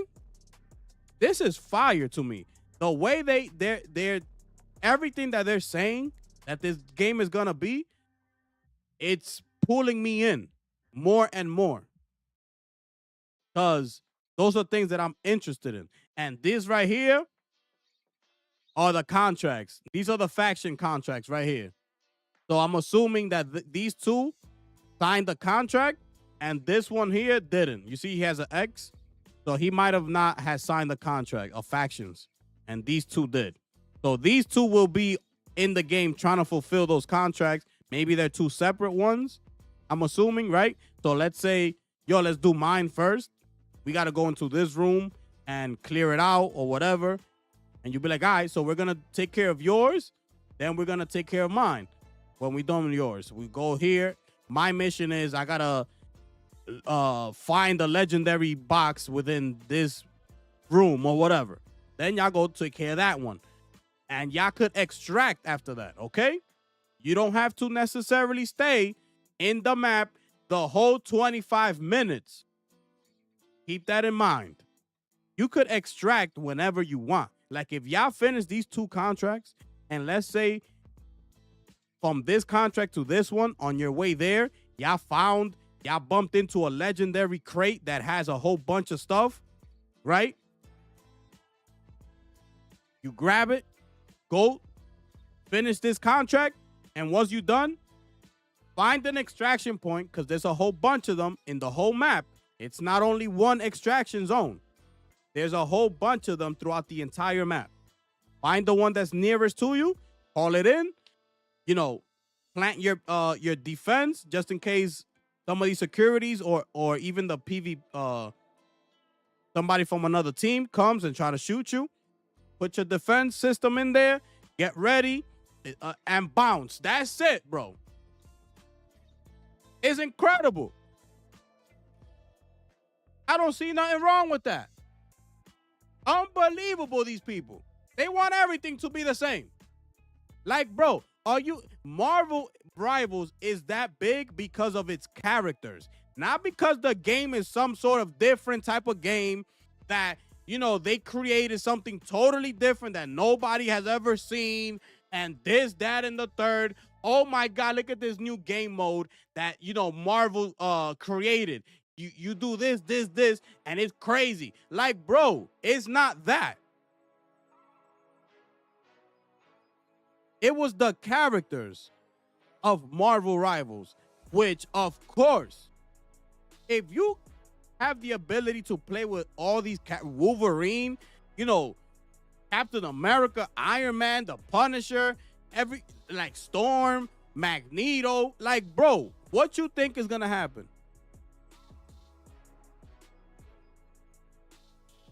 These are characters that everybody is familiar with.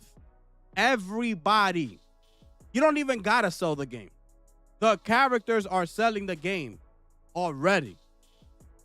You just gotta make sure your servers are up, everything is working good. You don't get, you know, servers shut down, you know, make the visuals look good, and that's it. All you gotta do is make sure the game is up and running and there are no issues within the game, no glitches and none of that, and everything is gonna be perfectly fine only because of the Marvel characters. That's it. That's it.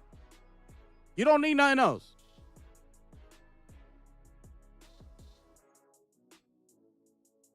This appeals way better to me than Marvel Rivals and Fortnite and Battle Royale games and Warzone and things like that. This appeals to me. I'm down with it. I'm with it. And another thing, right? Oh yeah, and this is the map. So this is the map right here. Hold up. Another thing. But yeah, Guru, exactly. That's exactly what I'm trying to say, though. Like, the gameplay is smooth and the shooting, like, that's what I'm saying. Just make the game, like, have no glitch. Like, that's exactly what I was saying. Like, make the game have no glitches. Make sure all the servers are up and running. You know, make sure the gameplay is smooth and things like that. And that's all these people need. The characters alone make it popular. The characters alone sell you the game. You don't need to go in there and say, you know, like this one, like we're talking about Marathon. You don't need to be like, but I don't know, because you don't know, you know, all these characters and this, that, and the third, right? But let's say this exact game, right? This same game right here, just how it is. Now you enter some characters that you're familiar with, right? It's going to change the perspective in a lot of people's minds. It's going to get people more intrigued. You know, like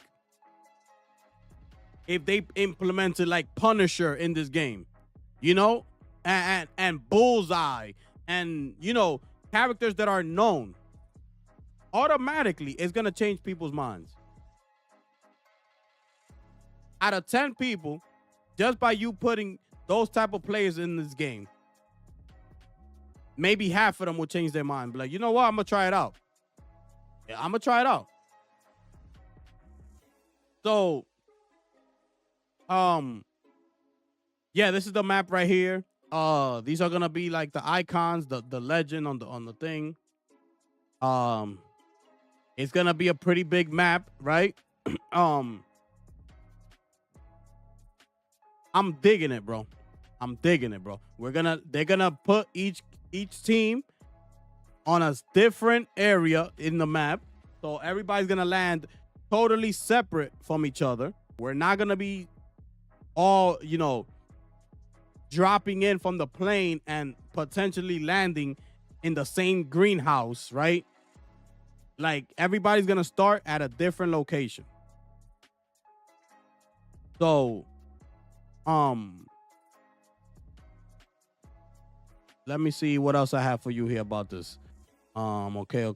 Boom, boom, boom. Thought I had something else. Hold up.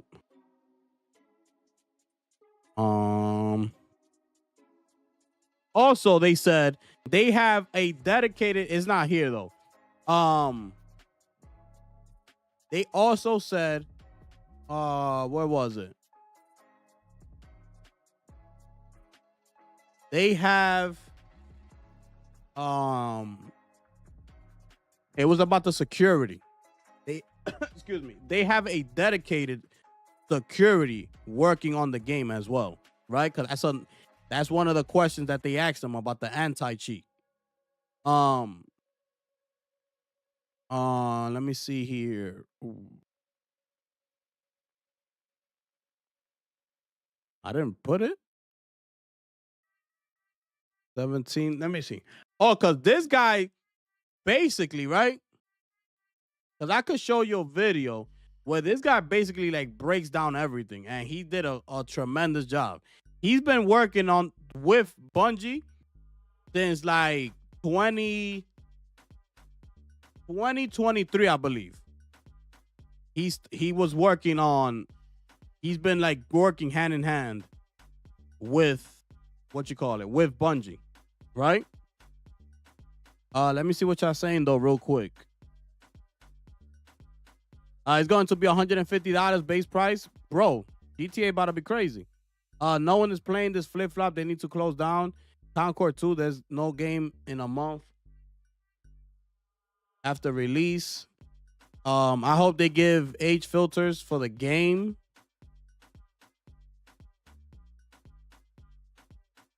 I mean, bro, what games do you play though? Like, what games you and Soul to the Fro and Base Gaming? Like, what games do y'all play typically? This game looks fire, bro. But people stock on that Sony bad. We can control everything culture. Yeah, grift energy. Feeling themselves too much from last year. Exactly. I told you on Saturday that if this was an Xbox show, everybody will be going crazy right now. And it's just a crazy thing to me because that tells you how off the gaming community is. This game is third party. It's going to be on Xbox. It's going to be on PC. And still, just for the simple fact that Bungie is, under SIE, they still gotta go up against them and say something negative. It's unbelievable, bro. If you look at it, it's unbelievable. Like, the game is going to your platform. You should be happy. And you still. It's crazy to me, bro. $40. Still. Like, bro, people have gotten so accustomed to not paying for anything. Free to play. That's what I was telling y'all earlier about the whole theme park. It's like if they let you into Six Flags for free, and everybody's at hype. Yo, there's no entrance fee. We're going into the theme park. It's free, but once you start going to each ride, they start charging you. Oh, this one is $25. How much is this ride? I want to get this. Is the best ride in the park. Yeah, this one's gonna cost you about $40. So then you're like 40, 20 for the other ride. That's already $60. That's already $60 in 2 rides that you got into, that you got on in Six Flags. But the entrance was free. It's free to get in. Everybody in. Let's go. Don't forget the concession stands. We got soda. We got popcorn. We got hot dogs. We got churros. We got pizza. We got beer. We got water. We got soda. What y'all want? Remember, I got in for free. Or y'all want everything in the theme park free too? That's what y'all saying? Y'all want to get in for free, and y'all want the concession stand to be free, and y'all want the rides to be free. So if you get in free, you get on one ride, it's $20. You get on another ride, they charging you $25. That's $45 already. You went to the concession stand. You bought a pizza. You bought a soda. You bought something else. That right there in a theme park is probably like $25. So you already paying for what the game, a single game costs like $70 in two rides and a concession stand and a pizza and a soda. All because you wanted to get in for free. Instead of choosing to pay up front, pay $70 at the gate, and the rides are free. Go, the rides are free. Go. You still gotta pay for the concession. You still gotta pay for the soda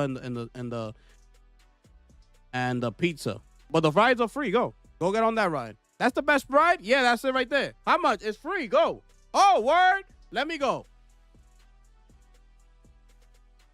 It's the same thing, bro. People are so accustomed to getting into free games, but not taking notice that you're paying way more than you will be paying for a based game. Like Helldivers 2, bro, was $40. And you got to get everything that you got. You just basically work for it. It's free.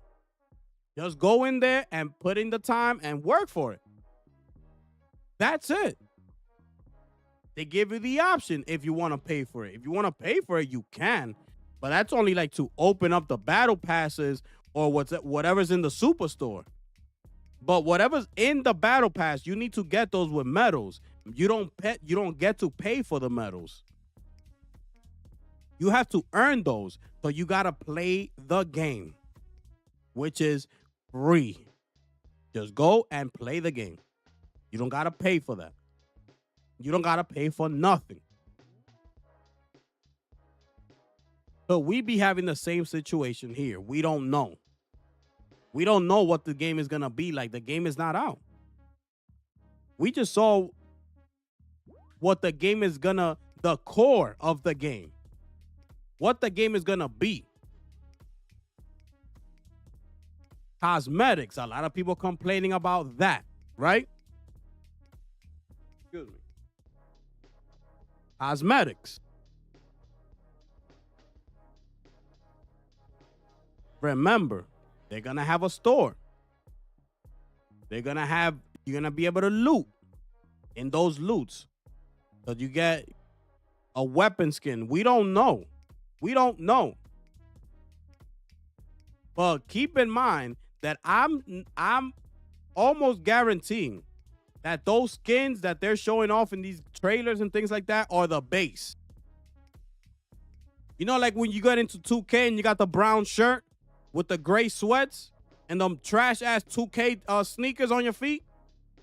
That's basically what we're seeing in these trailers with Marathon.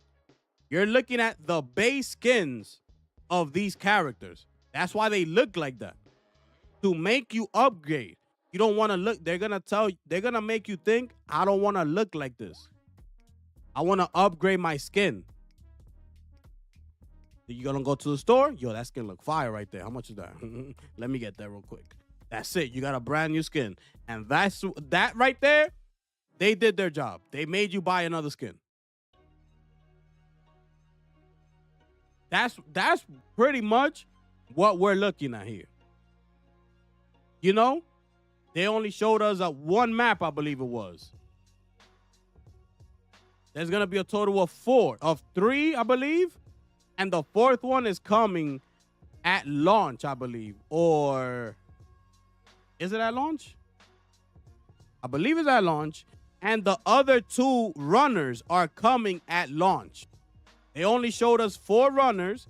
There's 2 more.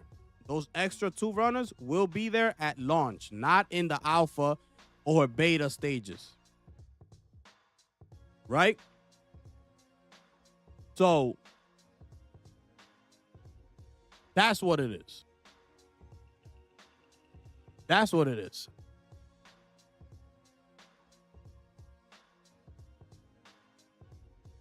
And DMZ was fire, bro. A lot of people like DMZ.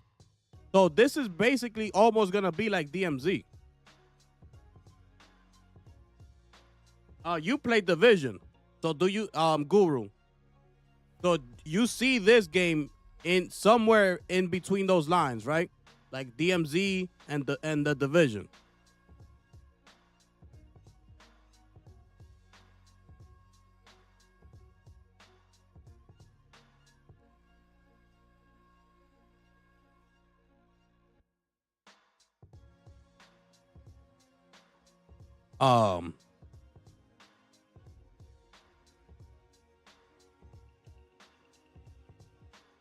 I think that wait.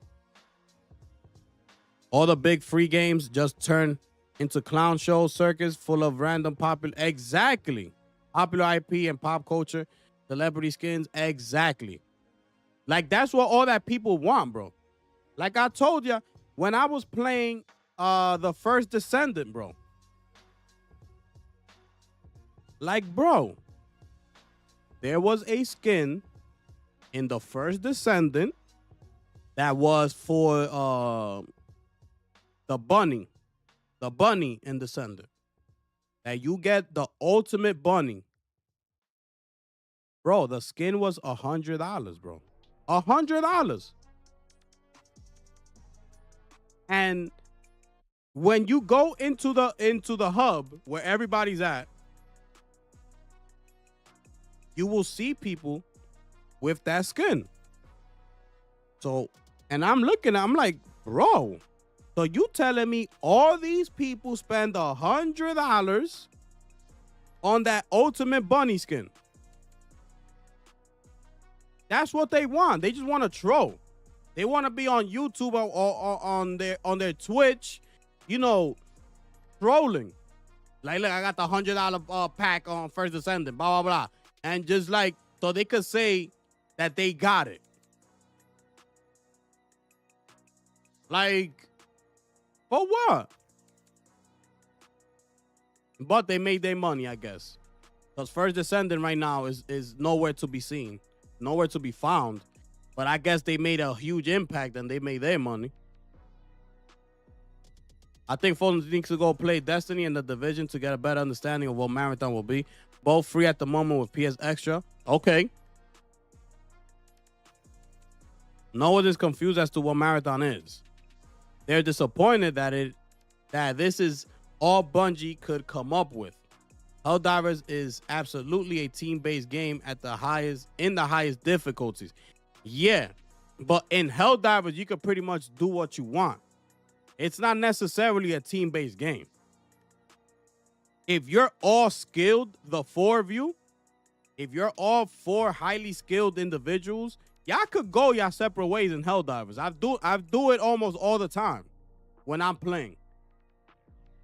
There might be some areas that it gets crazy, and you know you might have to call on your team to come and help you and things like that. But I don't necessarily mean you have to play at the highest difficulty all the time. Like you go in there in level 7, you can handle yourself on your own if you're highly skilled. You go in there in a level 7, sometimes level 8, you could go in there and go your separate ways. It's not necessarily a team-based game, bro. This one is primarily team-based. that if you go your separate way, chances are you're not going to make it back to where your team is at. The rest of your team is at. And mind you, this is a totally different type of game. If you die, your team is not going to have to go out of their way because you decided to go solo over there on that side of the map. Now the other two are going to have to go out of their way to go back to where you were to try to revive you. That's exactly it. They don't want you to do that. It's a team-based game.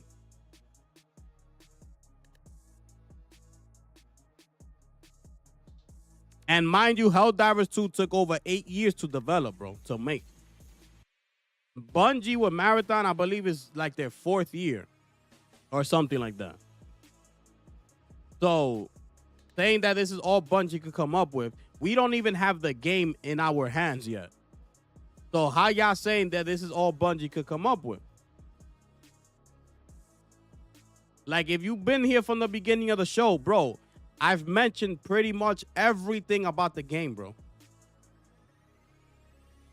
That doesn't intrigue you, then just the game is not for you. It's just not for you. Or you just don't want to pay the $40. Because if it was free, I'm pretty sure you will be playing the game to try to see. But since it's not free, you're not trying to go in there because you got to pay $40. That's what it is. That's all it is. If this game was free, everybody will be talking trash, but they'll still be playing it because it's free. Guaranteed. They're going to give it a go because it's free. You know? And because it's not free, everybody's not going to get that opportunity. You know? So, good. You're saying that it's trash? Say that it's trash, but you're not. If the game is good, you're going to be missing out. But if you want to play, you're going to have to pay $40.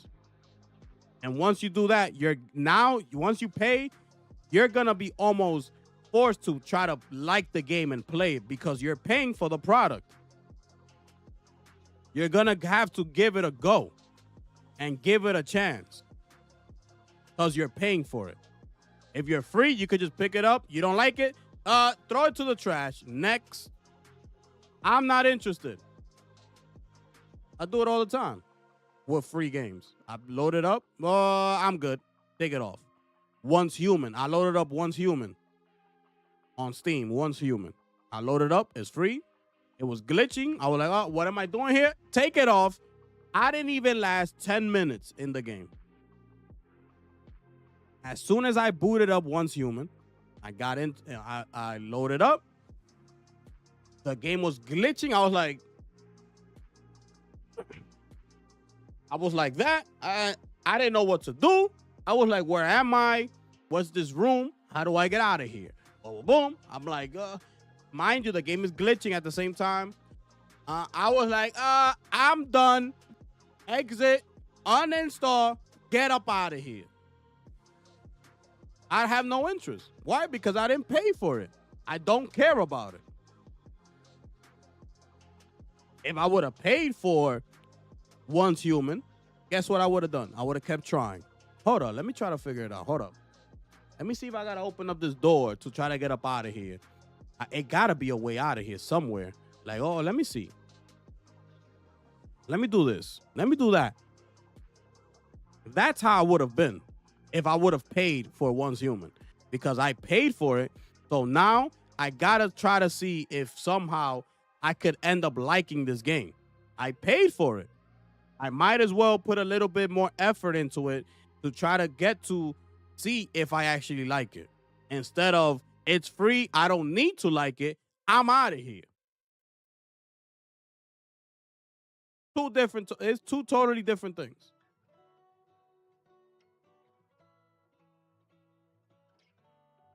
You know?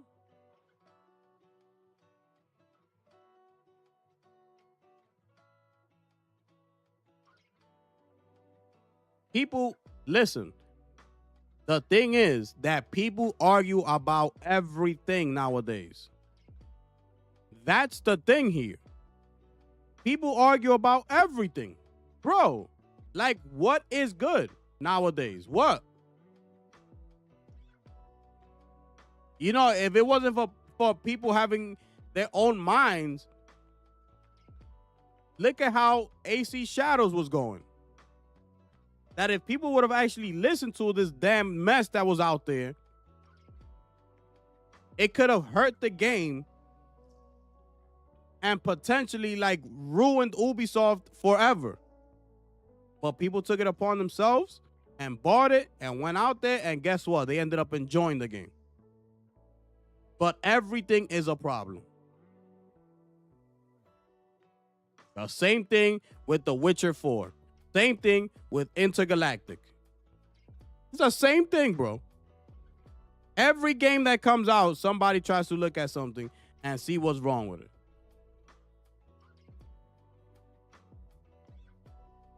But when you got your Xbox games coming out, I don't hear no type of noise. I don't hear none of that.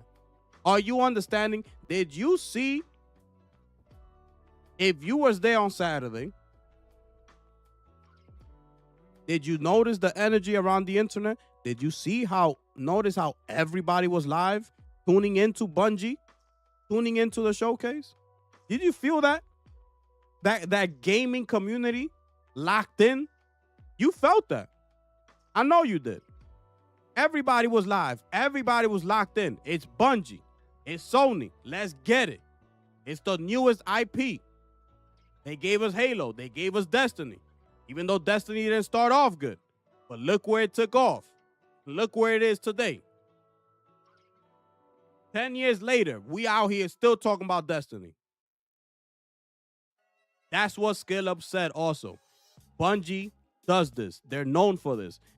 They start off the game. It's usually not good. It's not gonna be good.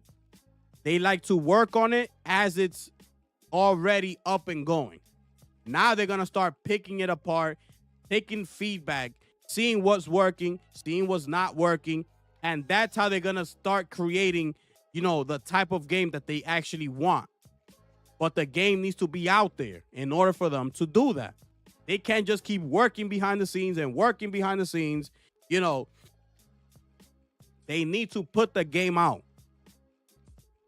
And from there, they're going to start working on it. Why? Because Bungie has the time. They have the energy. They have the staff. You know why? Because they're actually focused on live service. That is what they do. That is their job. That is their main priority, is live service. That's what they're doing. So they have the time. They have over 300 developers working on the game. They got it. So they got to put it out and they got to start working.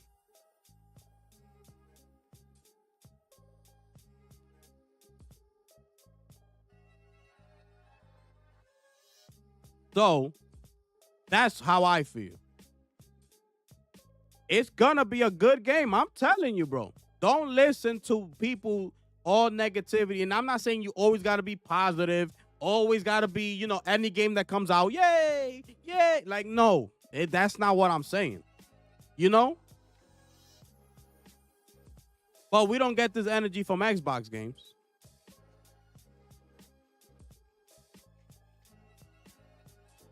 That's why I keep telling y'all, if Bungie was somehow tied the same way they are with Sony, but just Xbox, they're under Xbox, and they would have had this showcase, the internet would have been on fire. Yo, that's the new Bungie game. They under Microsoft. Whatever they sell on PlayStation is $40. Whatever they get on PlayStation, Microsoft is gonna get a cut. It's 70-30. So either way, you paying for Microsoft, you buying the game, right? It's $40. It's fire. You're going to miss out on Bungie. You're going to miss out on Marathon. Did you see what they told y'all? Look, you could do this. Is this is going to have this. You're going to be able to do this. It's a team-based, blah, blah, blah. Everything I've been saying about the game. They will be doing the same exact thing. And not even because they actually like the game, only because it's under the Xbox Microsoft umbrella. They could hate the game and they'll still promote it like if it's the best thing ever coming out because it's under Microsoft. That's the difference. That's the difference here.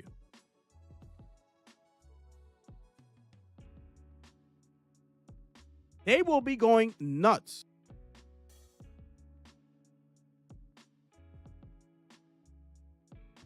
Do you have people, Ruben, that you could play this game with?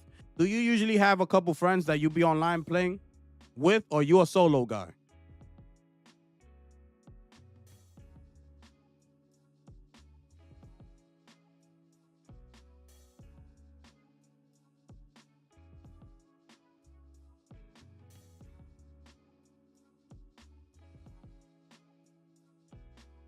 Content creators only have the positive reactions if they feel like they're having a successful stream full of hype and donations. Yeah. Depending on, they read the room. If the stream on the chat is looking like negatives, like, oh, trash, they're going to be like, yeah, man, this is live service. I mean, I told you, live service games is what they do. And they should be free. You know, people don't want to play these games.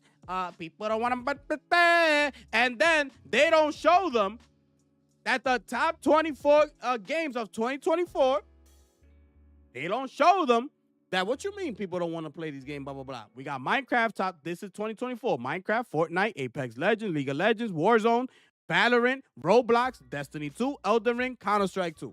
They don't show them that, but you're just going off of your chat telling you this trash, nobody want to play this, but then turn around. That's what I would. Nobody want to play this? Check this out. That's what I do all the time. Oh, nobody want to play this. Hold on, let me check real quick. Click. Top most played games on Steam.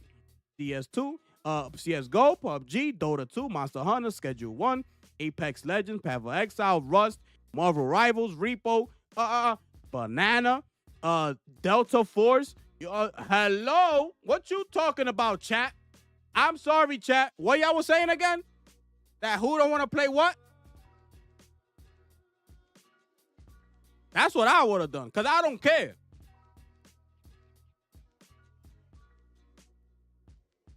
I'm not going to be just, yeah, nobody want to play it. Yep. Keep up donation. Nobody want to play this game no more because everybody's focused on, yep, I told you. Thank you for the $5. I know nobody want to play these games. That's not me. That's not me. Right there, a $5 donation. Somebody saying nobody want to play these games, blah, blah, blah. I would have been like, yo, thank you for the donation. I don't agree. You telling me nobody want to play these games? I'll go over here, I'll show you this chart. I come over here, I'll show you this chart. I come over here and I'll show you this chart. No, you telling me nobody want to play this game? I'm sorry. Nobody trying to play these type of games? I'm sorry. The numbers say otherwise.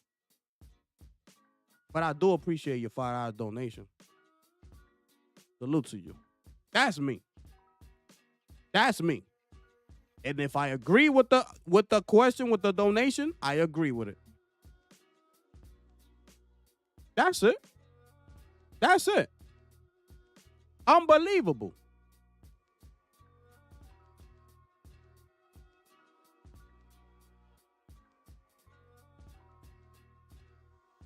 Also, yeah, Bungie is a big studio. No, remember that developer, this guy, he came in midway through the development. You know, the game was already in the works. Remember this. This game was already being worked on and developed. This man came in the middle of the development process, and who knows what happened at that point. I don't think he talks about that here. I don't believe he does. But he looks to me like the lead developer of this game, right? He was the one sitting in he's the one that did the marathon a couple months back, right? When he told us what the game was going to be. He's also the one that was sitting to the far right in the reveal showcase, you know, basically letting everybody else speak. He looks like he's the main guy, right? So here he is again. He came in the middle of the development process. Did he change up the game? I don't know. Did he do anything that might have, you know, taken the game from what it would have had to now that is a different game? I don't know. If he did say it, then show me it, because I haven't heard nothing yet. So we don't know what this man might have changed throughout the process. I don't know. So, and it's been basically being developed for 4 to 5 years now, I believe it's going into. Right? These live service games take a lot of time to develop. Like I said, Helldivers 2 went into development for 8 years. Okay? These games take time. That's it. You know? So we don't know what this man might have changed when he stepped in the building. Maybe he didn't like something. I don't know, bro. I don't know. He didn't say it. He didn't mention anything. The mass majority of people are not going to be excited about the game only simply due to the fact, mainly because you got to pay. That's one of the main things here, right? Because even if they don't like what they see, they might say they don't like the way the characters look or whatever is an extraction. If it was free, everybody that's talking like that will be playing the game at launch. Guaranteed. Guaranteed. I have no doubts in that. Right? I have no doubts in that. It's just like the PS5 Pro. You had all these people talking about the PS5 Pro's trash, this, that, and the third, a.k.a. Destin. Okay? Your boy Destin Legary, a.k.a. Mr. Independent. Your boy.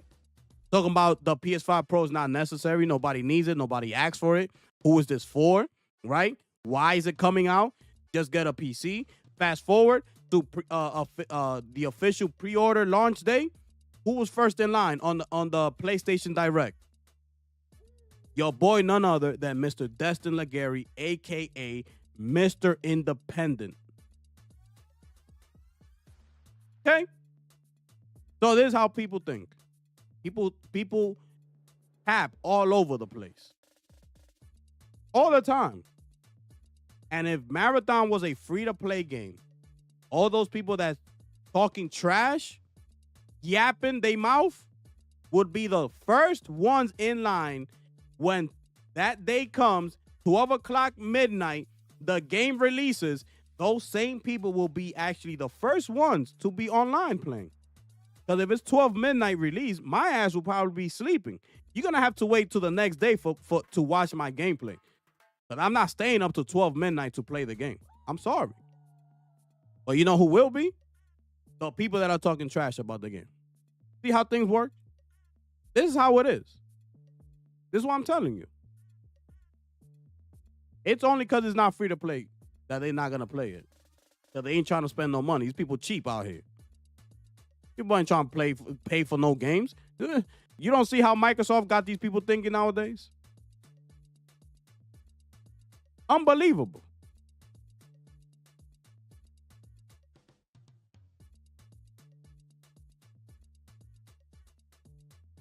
You do. Oh, you're talking about you have other people to play with. So you and the people you play with are not gonna buy this game. Why? Are not planning on playing this game. Why, I should say. Not buying. Because that might be one of the reasons you're not gonna play the game. Why are you not trying to play this game? Is it because it's $40? What would have made you say, this game looks good, I'm paying $40 to play it? Everything I've been mentioning today about this game should have gotten you somewhat more excited before you came into my stream. Because I mentioned a lot about the game. I mentioned a lot about this game today.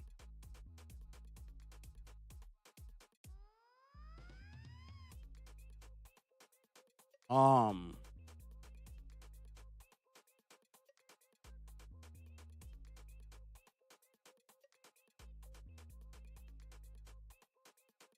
so let me know, right? Um, we play all the co-op and team-based shooters. Okay, so what you have like 6 or 7 people at all times, right?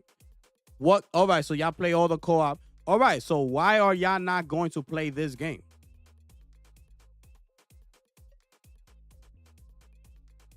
Yeah, and all 300 million plus gamers are on Twitter voting in polls. Exactly. The vast majority of discourse on Twitter is about way more subjects than gaming.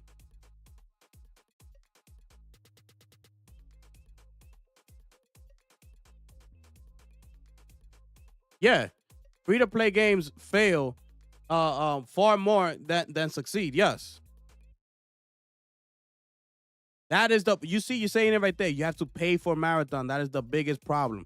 Like, just because it's a multiplayer game, like, bro, we used to pay for multiplayer games back in the days all the time. What are we talking about here? So you telling me all those incredible multiplayer games back in the days were free? Or did we have to pay for them? Answer me that question. Were we getting free to play games back in the day? Or we had to pay for them? Even if they were just strictly multiplayer games, did we have to pay for them? No campaign, no nothing. Did we have to pay for them?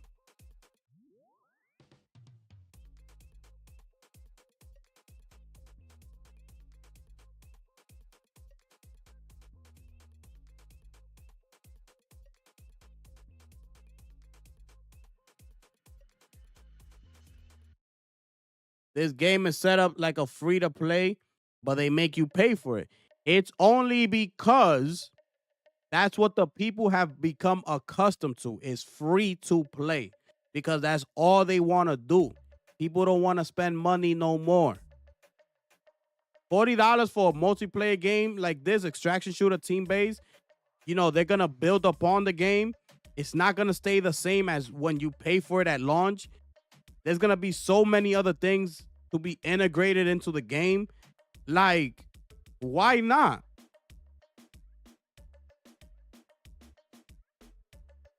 Like, what has Marvel Rivals given you since launch?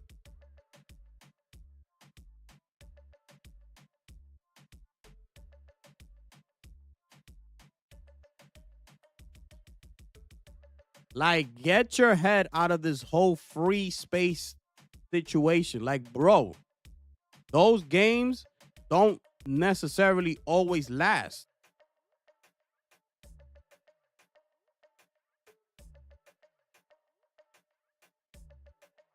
You have to be, Fortnite type of situations. Like Warzone, because it's Call of Duty. It's Call of Duty.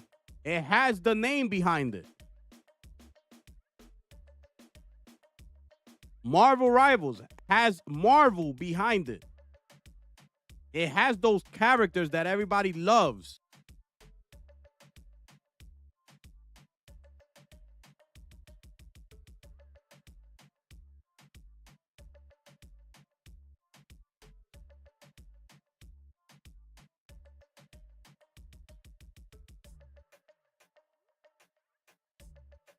It comes out the same day as Borderlands. We know that. Listen, that's up to them. I don't care. Like I'll be telling y'all, I don't care. They decide what to do with their product. They decided to put a $40 price tag on it. They decided to release this game the same day as Borderlands. That's not on me. I don't work for Bungie. I don't work for Sony. I don't work for none of these companies. Just give me the damn product. Right? That's all I care about. Show me something that is gonna keep me entertained and want me to spend the $40. That's it. That's all I'm here for. Thank you. You decide to do that. If y'all think that the game is worth $40, if y'all think that the game is good enough to launch the same day as Borderlands 4, that's on them. If the game flops because of that or whatever, I don't care. That's not on me. I don't care. I didn't make those decisions. The only decision that I made, whether it was to pay the 40 or not, was I one of those people that said no, or was I one of those people that gladly gave my $40 to see what the game is? That's it. If the game flops, the game flops. What you want me to do? I don't own no stock on them. I'm not a shareholder. Nothing. None of that. It don't mean nothing to me if it flops. I don't care. Point blank, period. That don't mean nothing to me. I'm going to keep it moving regardless. They're the ones that are going to have to deal with that. They're the ones that are going to have to deal with the higher ups and give answers to. All right, why did we charge for the game $40? Why did the game flop? Why did it fail? They're going to look at numbers, spreadsheets, this. Okay, let's say it was the $40. So who decided here that the game was good to be $40? Why? What made you think that? They're going to have to answer all these calls, all these questions to the higher ups if the game flops. I don't care. I'm not going to be in that conference room. That's not going to be me. That's going to be him. You see that man on your screen? He's going to have to answer to that. His ass is going to be on the line, not mine. I just paid my $40. If the game flopped, if they take it offline, if they do this and that, guess what? Sorry, next. That's it. That's it. I don't care. I don't care.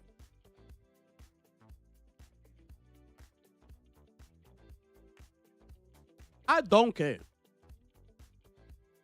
No, what I do care is the energy that we're going to see when Death Stranding 2 comes out. I want to see first week sales of Death Stranding 2 because everybody said they want AAA story-driven games. I'm trying to see the first week sales of Death Stranding 2. I also want to see the first week sales of Lost Soul Aside. And I definitely want to see the first week sales of The Ghost of Yotei. Definitely. Okay? Definitely. Because everybody says that's what they want. But the charts keep saying something different. But the numbers keep telling us something different for some reason. Oh, yeah. Something different for some reason. They keep coming back time and time again. The same. Over and over. Fortnite. Call of Duty Warzone. Roblox. Minecraft. What else? EA Sports. Tom Clancy, Rainbow Six Siege. They keep coming back over time and time again. Okay. So I don't care if the game flops or whatever it is. I don't care. It means nothing to me. I'm just giving you my thoughts and what I'm thinking about this whole situation, how people moving, using their platforms to either hate on the game or whatever it is, or nitpick just because they have an agenda, whether it's they don't like nothing Sony, anything that has to be associated with PlayStation, or is an extraction, whatever. Whatever. Everybody has an agenda. That's what I'm speaking on. That all type of information that I have collected from the reveal up until today, everything that I've gone, I looked and I researched and I did a lot of researching. I'm interested. It sounds good to me. Sorry. I'm paying my $40. I'll be there day one. Sorry. I signed up for the alpha. Hopefully they pick me. I shot my shot.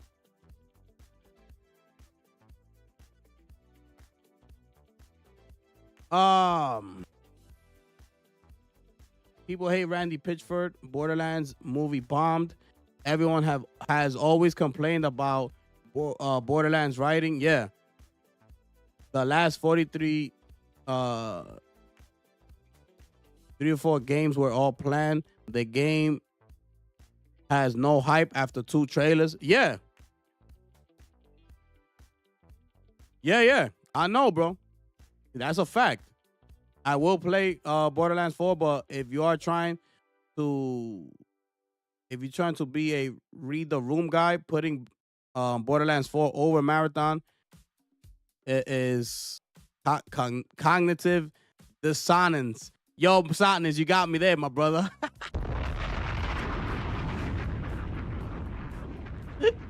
Yeah. Yeah. Yes, sir. That's Sotness, people. Yep. That's Sotness, people. Yeah, about 6 characters, 3 game modes, around 4 maps, plus seasonal stories, objectives, a way to earn credit for skins. Marvel's not a good example. I'm telling you, they got a lot going in this game, bro. It's a lot that they putting into this game, and the game is not done. Obviously, they're in the finishing stages of it. I'm not saying that we're going to get a whole new different game. You know, obviously. They just putting the finishing touches on it. It's 5 months away, you know? But I feel this game is going to be worth my $40. That's why I'm buying it. I like everything I'm hearing. I love the whole team based around it. What's it going to be? You know, it's more strategic. You know, I like all that, bro. Listen. You're going to get your shots off. There's a bunch of AIs all over the map, bro. You're going to be good.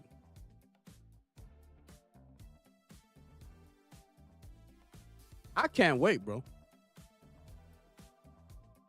I can't wait. PlayStation fanboys so thirsty for games that it makes an extraction shooter look peak for them.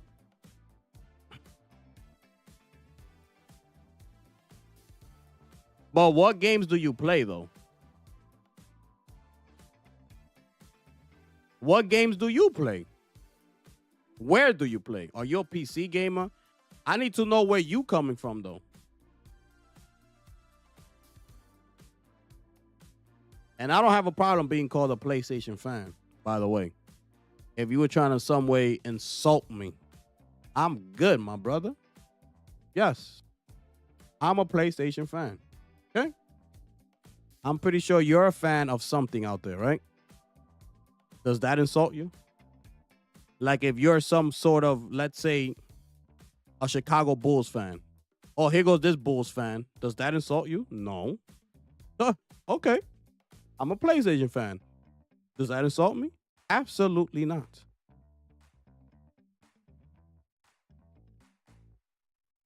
I actually like it. Thank you. I think people have disdain for extraction shooter in general. That's why it's receiving hate and negativity. That's why. All because the extraction shooter deal. Bro, this sounds incredible. Especially to me.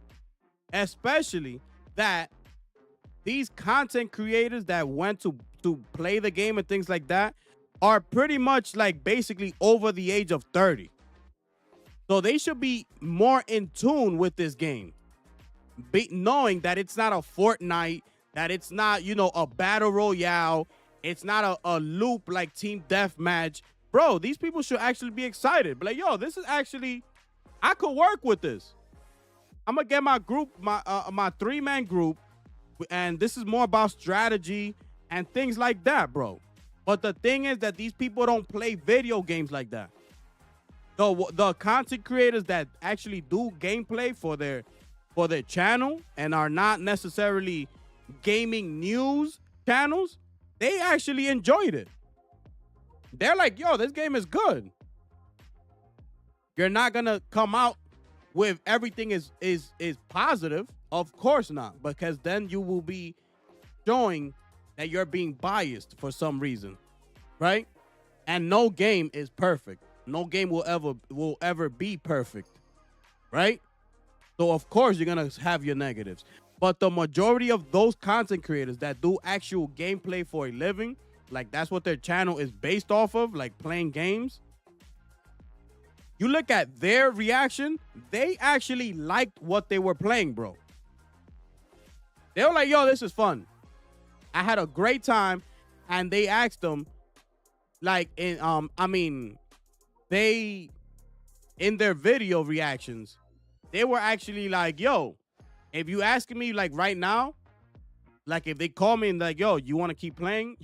We could give you a remote location or whatever. They were like, yes, that I will gladly say yes, because I want to keep playing. I want to keep going. I want to see what else. It's just these other gaming news channels that only cover news and don't play. You don't see them playing and things like that.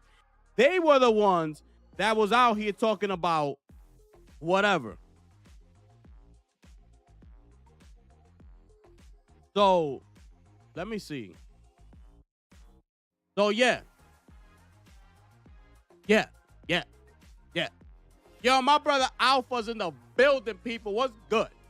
Holla at him. What's good? My brother?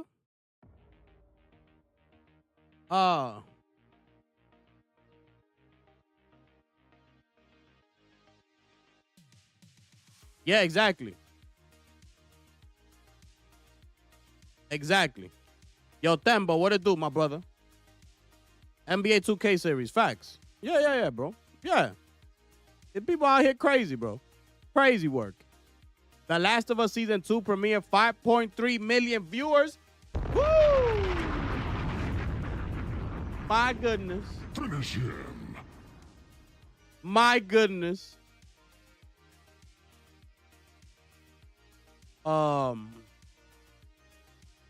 That's up 13% from Season 1 premiere. And listen, man.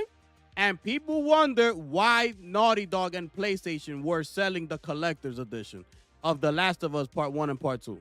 People is wondering. This is exactly what I was telling you. Look right here. Look, it's right here. Up 13% from the Season 1 premiere. 5.3 million viewers for the premiere. Look. So why people mad at the fact that they went ahead and bundled up the game? There's a whole set of new audience out there. They're gonna want to play the game, bro.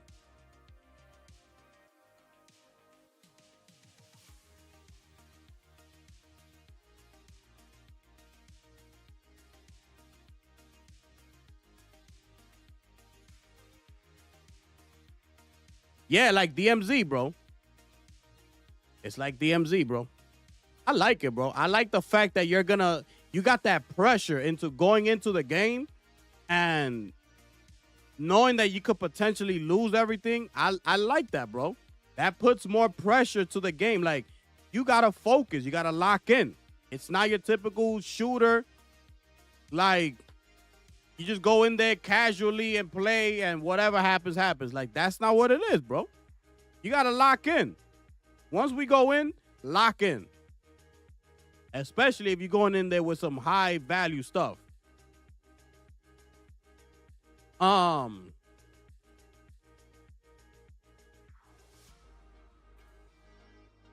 a Bulls fan. Times are hard. Crazy work out there, man. Hey, man. Bulls fans, y'all got to see the greatest play of all time, Michael Jordan, man. For a long time. The greatest of all time. Okay? So, y'all not getting that ever again, bro. Sorry. But hey, y'all had him. You know?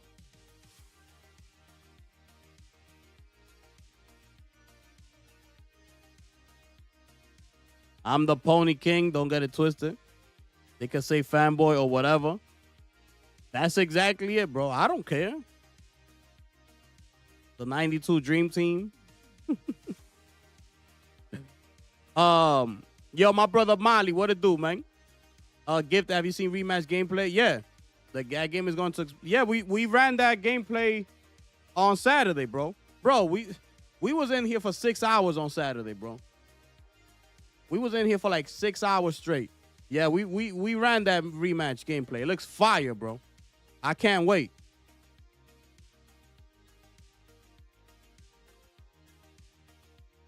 I can't wait for that game, bro.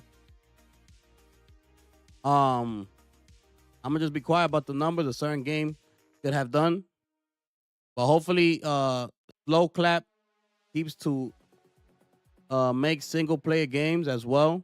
Yeah, they have the potential to be an all-time development team. Yeah, I think they are. I don't think they're gonna be just stuck doing that, you know? They do have the potential to be a great team, bro. Cause look at what they've given us, bro. And everybody who's playing rematch is having a great time, bro. Everybody's saying what we've all been thinking, that finally we're getting an arcade sports games, which what's missing in that area, bro. Not everything needs to be realistic simulation. Like, bro, bring that arcadey feel back, bro. And everybody's gonna be down with it if it's good. And so far, that game looks good. It's like, yo, this is what we've been missing in this area. NBA Street, NFL Street, and NFL Blitz, NHL Blitz, I believe they had, or was it 3D Gretzky 3D? I forgot. Like back in the day with the baseball. Baseball All-Stars. Y'all remember Baseball All-Stars? Back in the day that you could create your own team. And I believe they had like powers or something. Like, mix it up.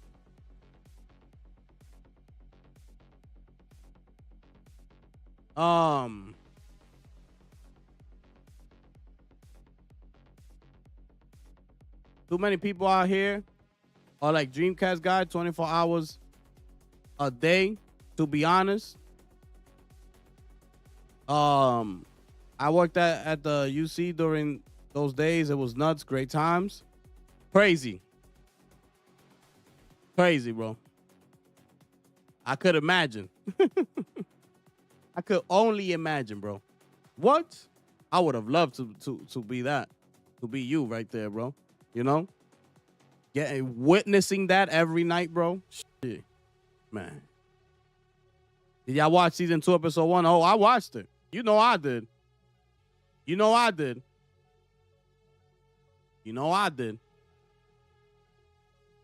It's on and popping. What you thought about it, though? Yo, my brother Michael West is in the building, people. Yo, Mike, what's good? What's good, my brother? Holla at me, you heard me? Yes, people. Y'all rocking with the gifted one, people. Hopefully, I changed a couple people's minds about Marathon. I mentioned a lot. Listen, man.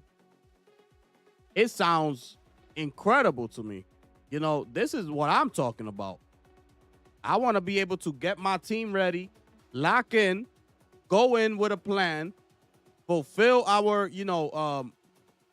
factions. Each of us might have 3 different factions, bro, to complete. So y'all gonna have to decide, like, all right, let's go for yours first. Let's do yours. Then we do mine. Then we do his. Then if we finish, we could leave, we could extract, or we could continue looting. Let's find some purple, some gold crates. Let's find that secret room that turns into a raid. And it's us against the AIs. There might be some legendary loot at the end of it. Like, blah, blah, blah. Like, bro, game is going to be crazy, bro. I'm telling you. They said that the gameplay feels good. Like a Bungie gunplay. They said. They was out there talking about, yo, the gunplay feels A1. That's what they said. It is a top tier gunplay. Also, they came out, okay, just in case y'all came in here, it's gonna be PS5 and PS5 Pro enhanced. It's gonna have Tempest 3D audio. It's gonna have the haptic feedback, adaptive triggers, 3D audio, PS5 Pro enhanced visuals with PSSR upscaling. But these people want the game for free.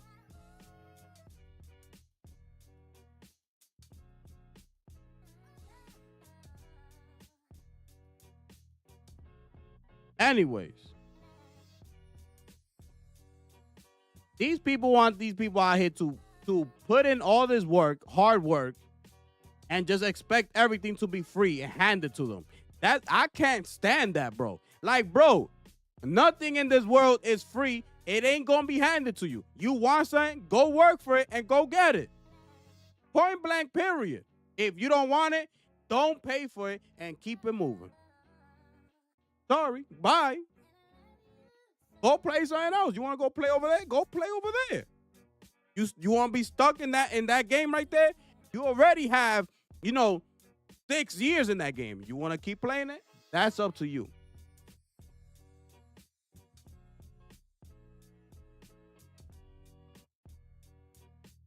Sorry. Skill-based. They spoke about skill-based. All that. But yeah, we covered pretty much everything, man. For those of y'all who came here a little later, sorry. We covered everything, man. I'm not going to revisit everything I said, man. It was a lot. You know how I do. I'll be out here yapping. You heard?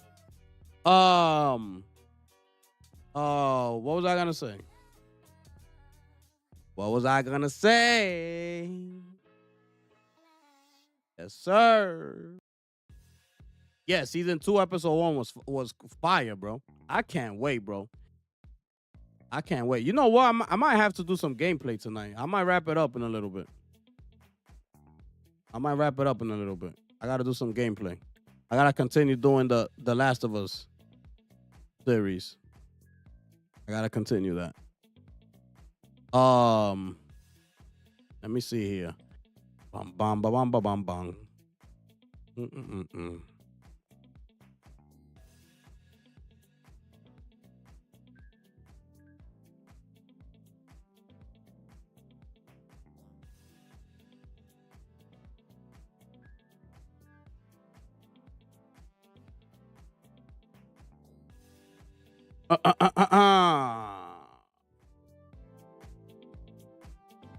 But yeah, man. Let me know, man. We're towards the end of the show, man. It's on y'all, people. It's on y'all, people. We towards the end of the show, people. We covered it all. Well, as far as marathon, I pretty much gave y'all the scoop.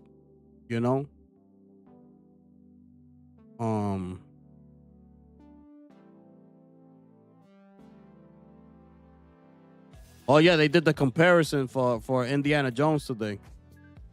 For the PS5 Pro and the PS5 and all that. Let's see here. What we got?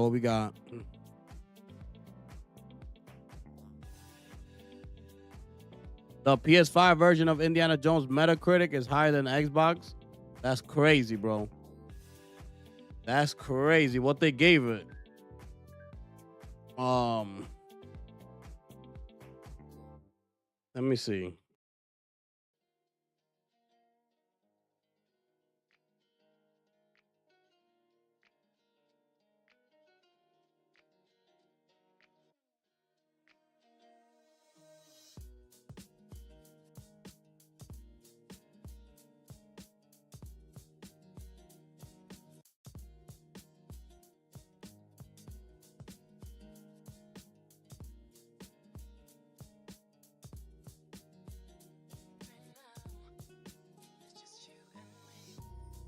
It's higher than the PC one, too.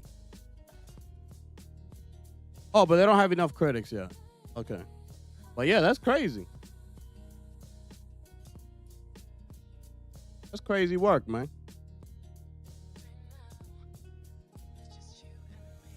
That's crazy work.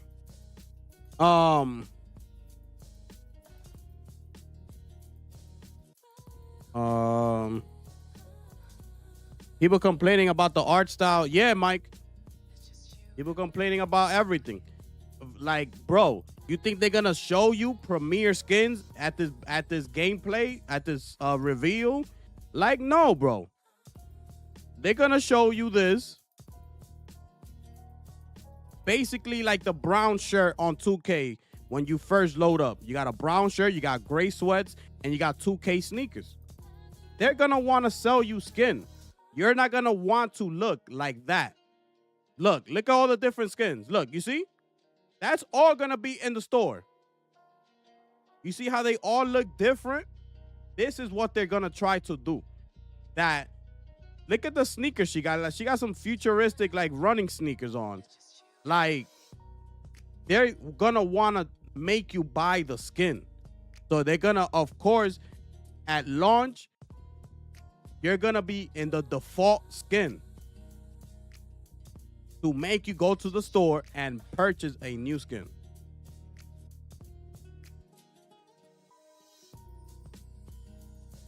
Which is gonna be in different color schemes and things like that.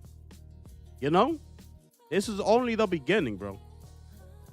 That look fire right there.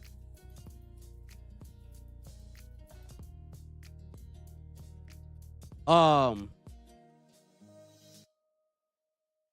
hate the free-to-play model. Exactly, C-Fresh. Me too, bro. Me too. I'm one of those people. I don't have a problem paying for something if it's good, if it's of high quality. You know, if it's gonna be worth my time and money, I'm all for it, bro. And this game is gonna be $40. It's gonna be high quality, bro. It's gonna be high quality. It's not gonna be like those free-to-play games.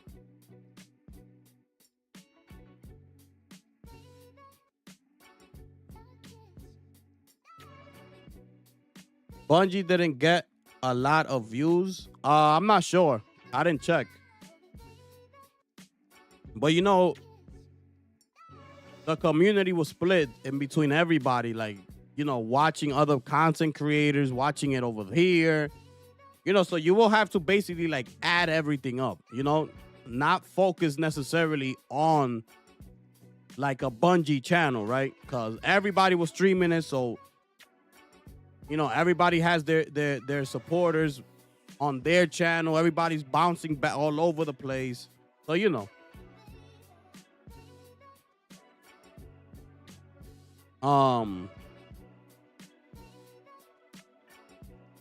Bungie's always on point with the gun mechanics. Yeah. That was one of the main things that they came out of here saying. They came out saying that, and I was going to show you the review of one of the guys that was working with them for like the past 3 years. He's been working with them on this game, and he had a lot to say. I just don't have the time right now to do it. But he said, like, he had a great time. And, you know, the gunplay is unmatched, bro. That gunplay that was fire, they said. Bro, some of these guns don't even have recoil, bro. You see them shooting and it's like that. Like right there, bro. Woo! That might have been an upgrade or something like that. But man. Yo, they were like that. Like that gun was staying right there. Boom. Some of them was. And then you look at other footage. Their gun might have recoil. So that's why I'm assuming it must have been like some sort of upgrade. Which gives you like almost no recoil. That was crazy.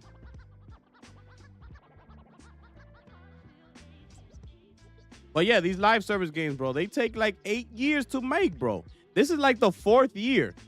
Going into the 5th, I believe, that they've been working on this game. And that lead director came in midway, like I said.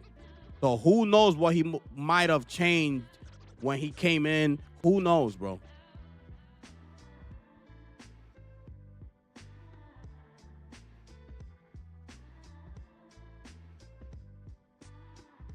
The show Dina is smoking hot compared to the game. Oh man. That show is gonna be fire, bro. Everything that's to come, whew, it's gonna be fire. Astrobot was the #2 best-selling game in the UK last week. Thanks to the new PS5 bundle. That's fire. That's fire. And that's good because, you know, the BAFTA Awards just happened. You know, the bundle was out there. It's cheap. It's not that expensive. You know, that's a smart move, bro. Shout outs to Astrobot, man. What a incredible, phenomenal game, bro. What a time. That game was, I still remember, like, I remember thinking about it, like, when I bought it, when it came out. It was fire, bro. That's why I left COD for Destiny. Nobody does fun mechanics like Bungie other than Respawn. Okay. There you go, bro. That you're gonna get that gunplay that you like, those mechanics. You're gonna get that in this game, bro. You're gonna get it. You're gonna get it.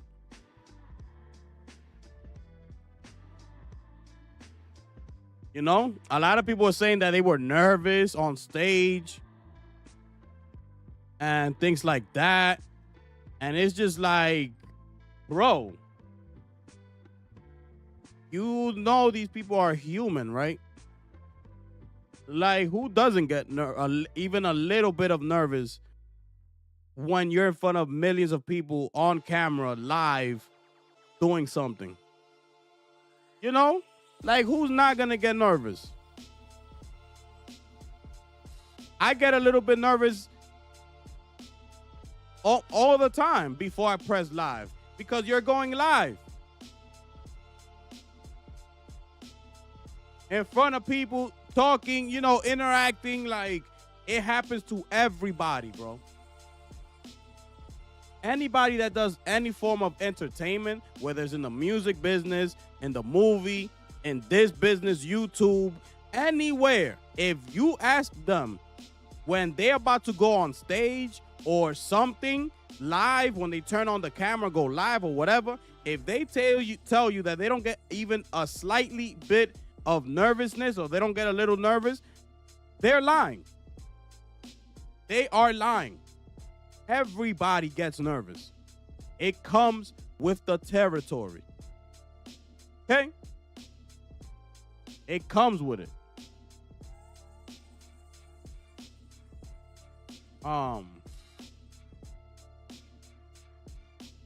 So yeah. It comes with the territory, bro.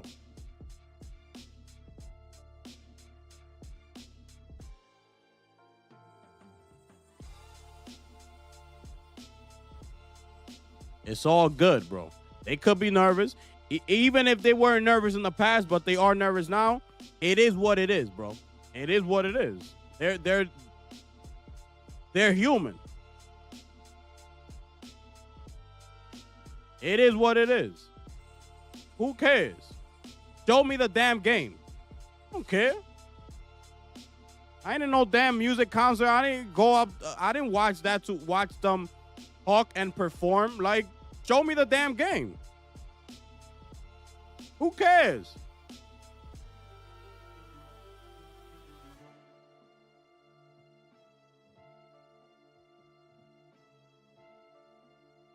And a marathon needs an anime or a movie.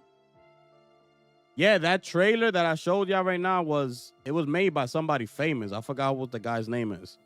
But that's why it was that good. Like, everybody loved that little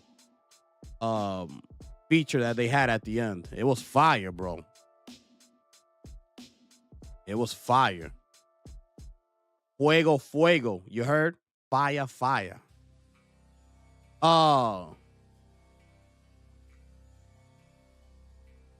Only the first trailer got millions of views. Yeah, but remember, Michael, that first trailer might have been on one specific channel. So that might have been the reason why this coming weekend, you know, everybody was live and the crowd was all over the place. Everybody was in different channels watching it. doing a whole bunch of stuff. So you would have to count everybody's views like together to see what you come up with. To see how many people were actually tuning in and watching. You know? I seen a lot of edits for that trailer on TikTok. Marathon definitely going crazy. Oh, on TikTok? Oh, word? I'm not on TikTok. What's the vibes like over there for the game? Last of Us was good episode? Yeah. I don't want to spoil it because I think Alpha hasn't seen it, so I'm not trying to spoil it. But yeah, it was good. It was fire. This season is about to go nuts. They need to make Destiny 3. They asked them about Destiny 3. They asked them, and, you know, of course, he had nothing to say. He laughed it off, you know? But even if we do get a Destiny 3, that's not going to be anytime soon, okay? Anytime soon. Nah, I got you, Alpha. You been gun, I got you. Put some respect on Warframe. Yeah, man. Free to play. Yeah, Warframe was good. Warframe is fire. I like Warframe.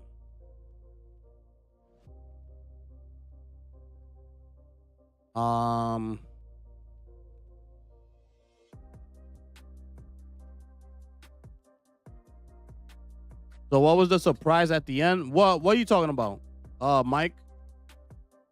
What surprise where? You think there'll be a Marathon DualSense? Oh yeah, I think so, C-Fresh. I definitely think there's gonna be a DualSense controller. And if they do it like some black and yellow, like they could go different ways with the DualSense. I just hope that I want them to do it for the Pro controller because I don't want a regular DualSense. Like I want the Edge. I want them to customize the Edge like that too. Like if you making all these custom controllers like The Last of Us, and you know the Astro Bot and things like that.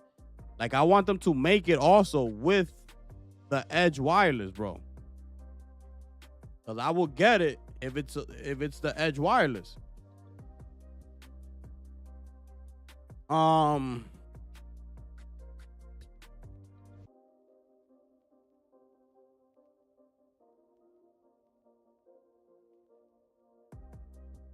After The Witness, who would the new big bad guy be?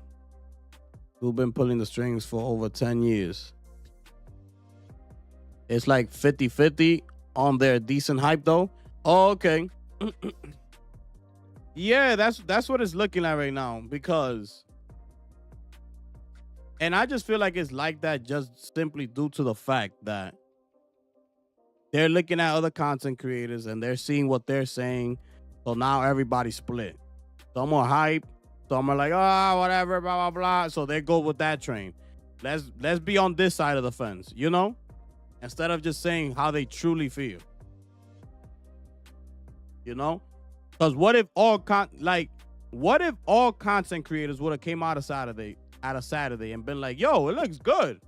Like I see the potential. I see where they're going, where they're trying to go with it. We all know how good Bungie does with their gunplay. So we know that's gonna be top tier. You know, they're working with Sony.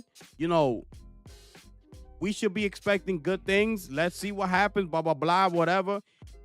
I wonder what will be today's, you know, how people will be talking today as far as the whole marathon game.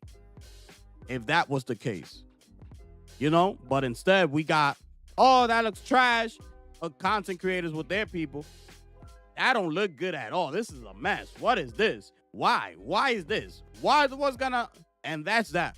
That's all it takes to split up the community. That's all it takes.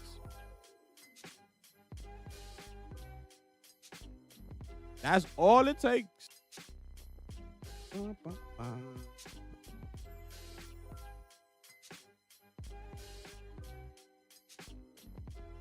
That's all it takes, people. But it's whatever. It's whatever.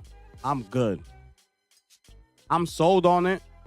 I'm locked. I'm ready to go. I'm locked and loaded. I'm good.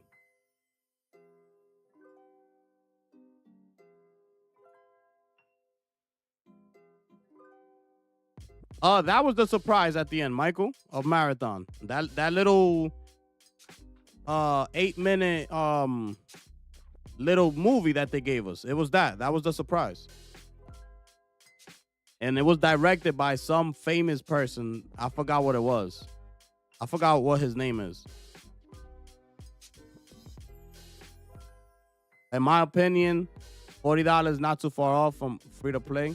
It's not like you have to pay $70. Exactly.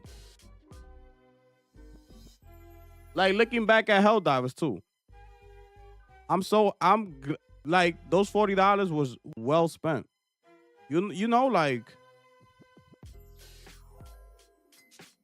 I had some of the most amazing times at the launch of Helldivers 2. One of the greatest times ever in video game history, bro. Helldivers was something else, bro. $40. If I wouldn't have paid the $40, I would have been missing out. They're not telling you to pay $80. This is not an $80 game. You know? $100, $70, even $60. Bro, it's $40. Like, if it turns out to be trash, whatever, okay, it's $40. Don't relax. It's $40. You don't like it? Okay, so keep it moving.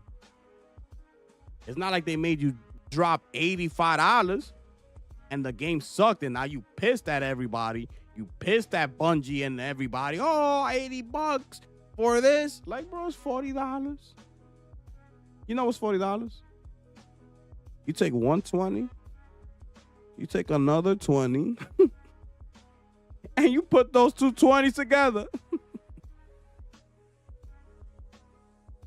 You make $20 in less than an hour at the job. Still, it's gonna be okay. We in there day one. That's all that counts. That's all that matters. We in there. I don't care. I'm gonna be booting that up, locked and loaded, people. I'm choosing that over Borderlands. That's just me, though. That's what I'm gonna do. People are gonna have to make their decision. What you're gonna play. Either that or Borderlands. The decision is yours. My decision, I'm going with Marathon. I know what I'm gonna get from Borderlands. Like, I know what I'm getting from that game. I'll get to it when I get to it. You know? That's how I'm seeing it. In the live stream, they said a surprise at the end. Yeah, that was it, Michael. Yeah, that was it. It's all good. I'm still going to watch it regardless. Nah, Alpha, you're going to watch it. We're not spoiling nothing for you. Just know that it's fire. My brother C Fresh is in there day one. Facts. We in there, bro. We in there day one. You know?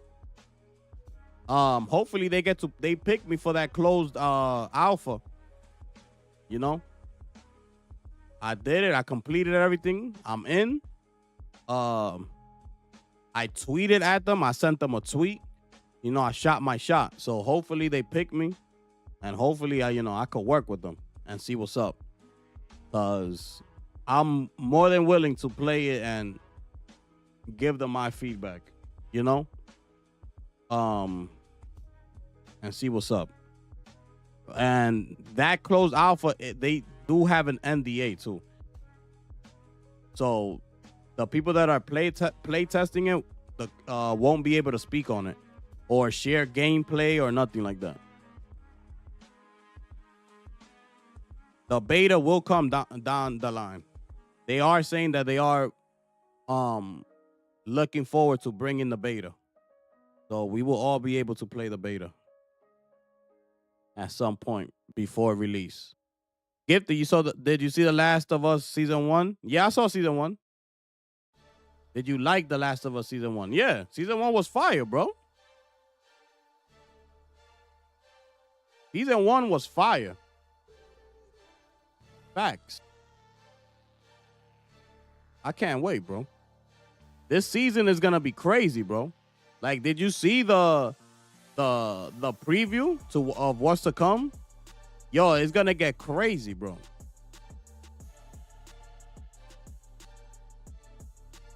It's gonna be crazy out there, bro.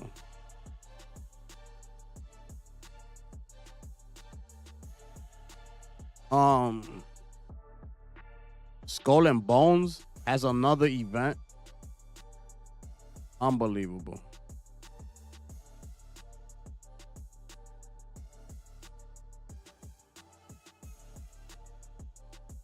Yeah, is Marathon the next Concord? You see, things like this is what I can't stand.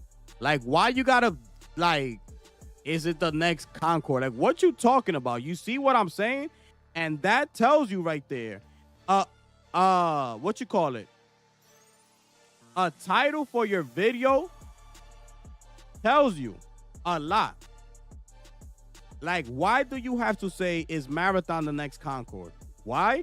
Because it's SIE, because it's PlayStation. They're associated with PlayStation. Mind you, this is not an exclusive to PlayStation. It's all on PC and Xbox. Let's not forget that. This is what pisses me off about these people. I can't stand these people. I'm telling you right now, these people make me sick.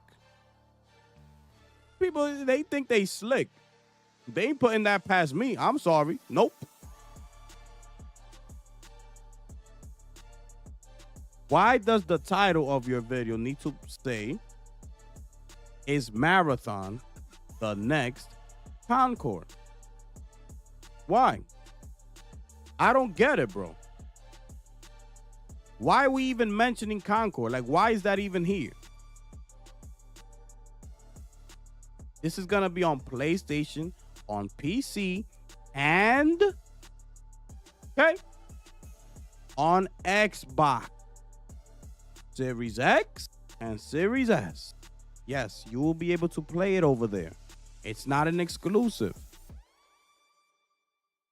So that tells me right there that the hate is only because it's still somehow associated with PlayStation. That's what it tells me right there. I don't need to see no more. I don't need to click the video. Nothing. Built to fail. I don't need to see nothing else. And that's just now. We don't even know if it's going to go crossover to the Switch too. Potentially in the future. We don't know. This is a multi-platform game for everybody. I don't understand. Isn't that what everybody wanted? Games shouldn't be exclusive, right? That's the word. They should be available to everybody. Well, here's one. All that's left is the Switch 2, and that could come down the line somewhere in the future. So now it's available on all platforms. So what are we talking about? Why does it have to say, is Marathon the next Concord?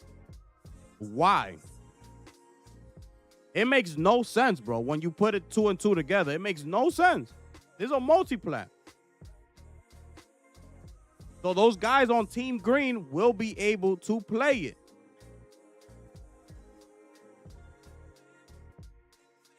But even that, they wanted to fail. Even at that, just because it's tied somewhere, it's still tied up with PlayStation. You see what I'm saying? It's unbelievable. These people make me sick, bro. These people make me sick, bro. I'm telling you right now. I'm telling you right now. I'm telling you.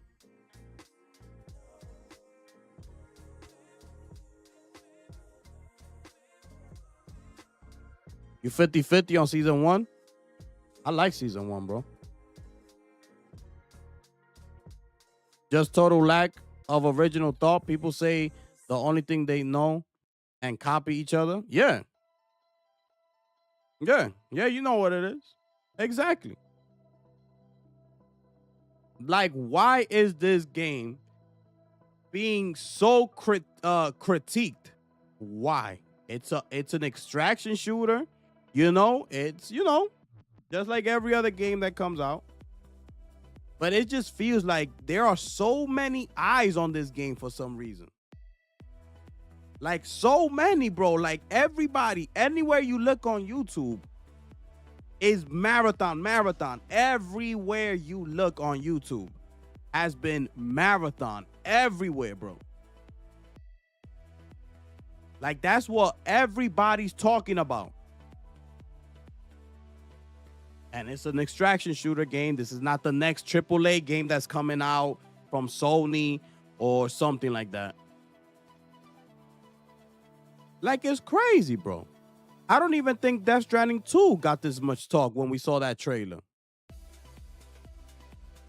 This many eyes on it, and this many people talking about it. I don't even think that happened with Death Stranding 2, bro. It's crazy work. That's crazy to me, bro.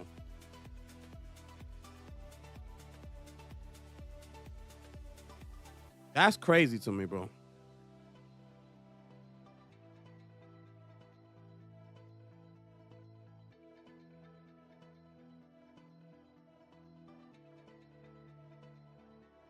Unbelievable, bro.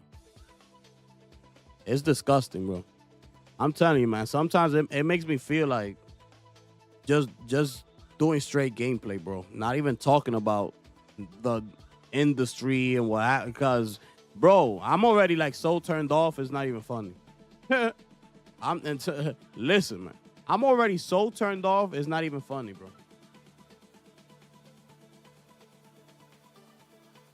It's ridiculous.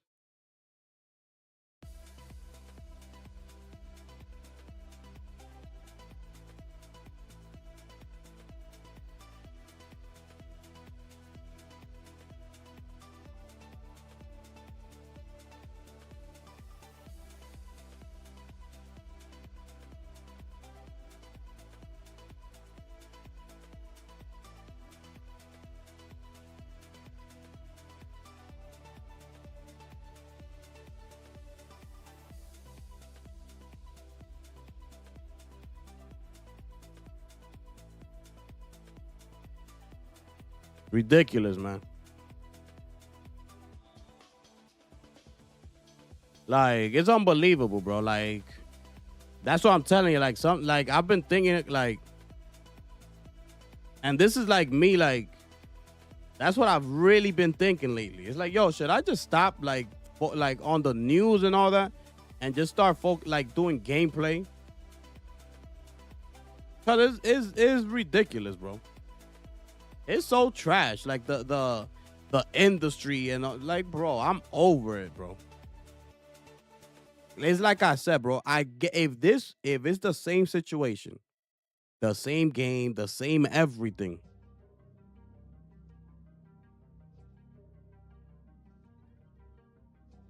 Oh nah, we're not supporting this. We're not showing this. What's this? We ain't doing that over here. Sorry. Not what we're doing here. Sorry.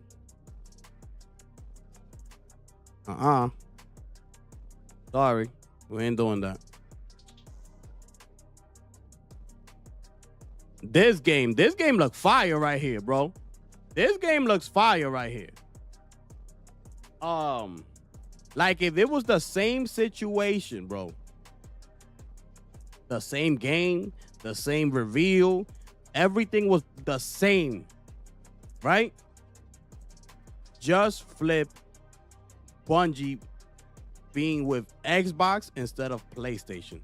Everything is the same gameplay reveal, the same aesthetics, the same game, every single thing. Just flip that right there. They're on the Xbox and not PlayStation. Guarantee you, bro. that we'll be having a totally different conversation today. You'll be coming up in here saying, yo, everybody's saying that it's fire. Everybody on Team Green will be going crazy. Just because they want Xbox to win. They don't even have to like the game.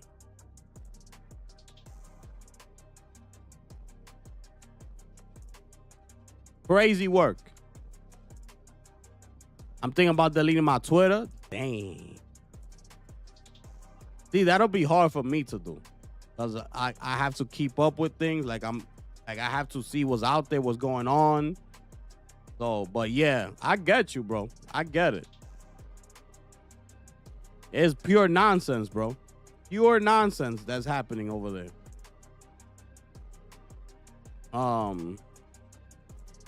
Unbelievable.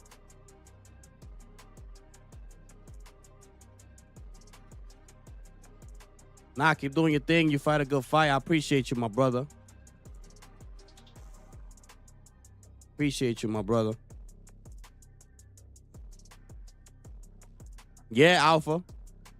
Yup.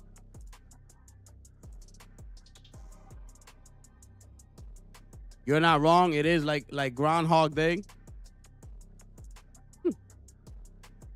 Yup. Same day, another meltdown. Over and over about some gaming thing. That's all it is, bro. That's all it is. It gets tiring, bro. Like when you're actually like covering it and try to, come and talk about the news and what's going on. Like, it's trash, bro. Like, it gets tiring. I'm like, yo, my man. Like, fall back, bro. You don't even play these type of games. You're over here talking about, is it gonna fail or not? What do you know? You don't even play these games, bro. Do you even play games? That's another question. Do you actually even play games?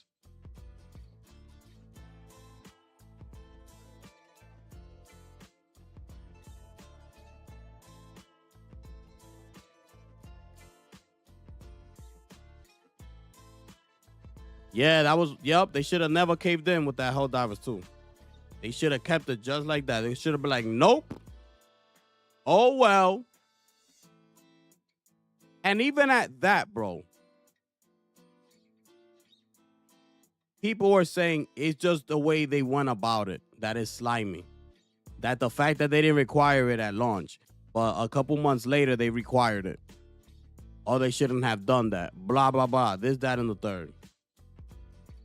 Like, bro, y'all get free-to-play games and end up spending so much money than what an original game will cost, and you don't see that as anti-consumer because you're so dedicated to that game that you don't even see what they're doing to you. That's actually, a tactic that they're using against you that you're not even paying attention to because you're just so locked into this game, and it just became so popular because it was a free-to-play, so everybody got in for free.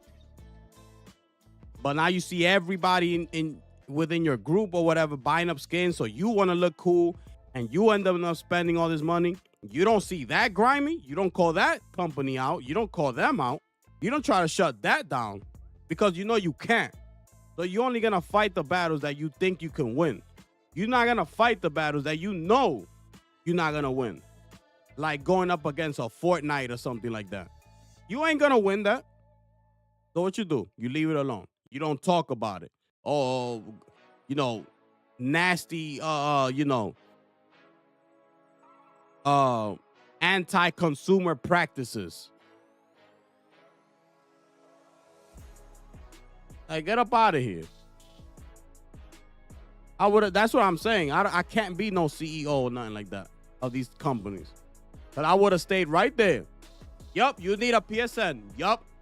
Yo, but they complaining. I don't care they complaining. Tell them they need a PSN or else they don't play the game no more. Sorry. Yeah, but you didn't mention it. Oh, I'm sorry. I forgot. But I'm mentioning it now. You need a PSN. What you gonna do? You're not gonna play the game? Okay, don't play it. Go on. Bye.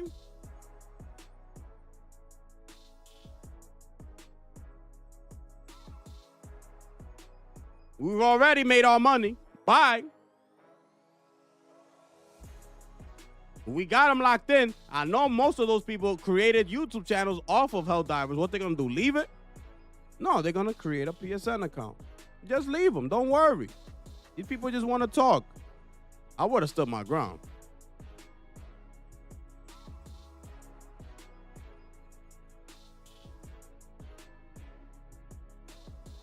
I would have stood my ground.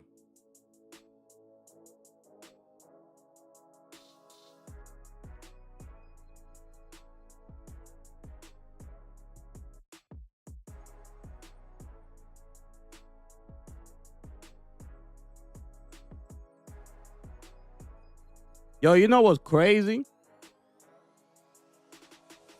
Rivals has a battle pass that people pay for. Bro. I'm telling you, bro. And people don't see no issue with this.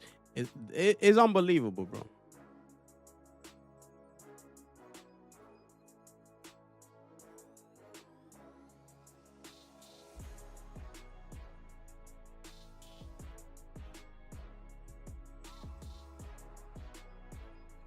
Unbelievable.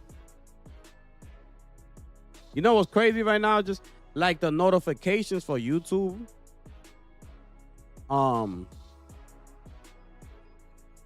Like for, I don't know if most of y'all have Androids or iPhones, but I noticed that on iPhone, it almost never sends you notifications.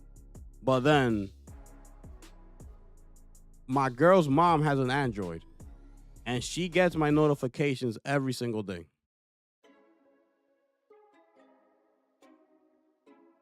Crazy.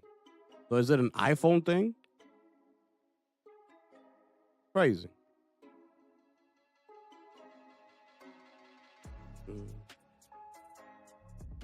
Is Marathon the next Concord? These people make me sick, bro. Make me sick, bro.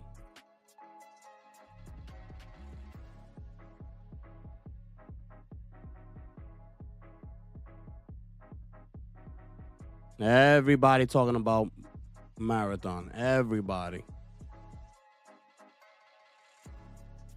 Disgusting, bro.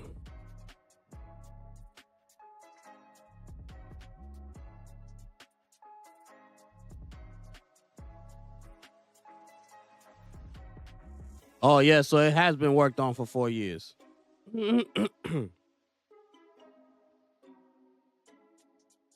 That so it was confirmed by the game director. It has been worked on for over 4 years and has 300 plus developers.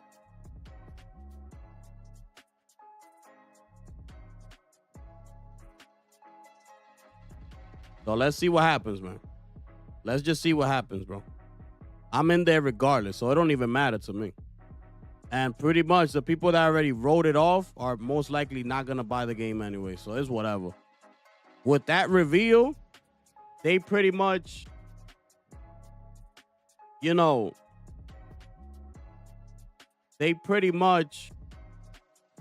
everybody decided with that reveal. Am I going to get it or not? That's it. For the people that said no, Bungie will have to do something out of this world in order to flip those minds and be like, yo, I'm buying it.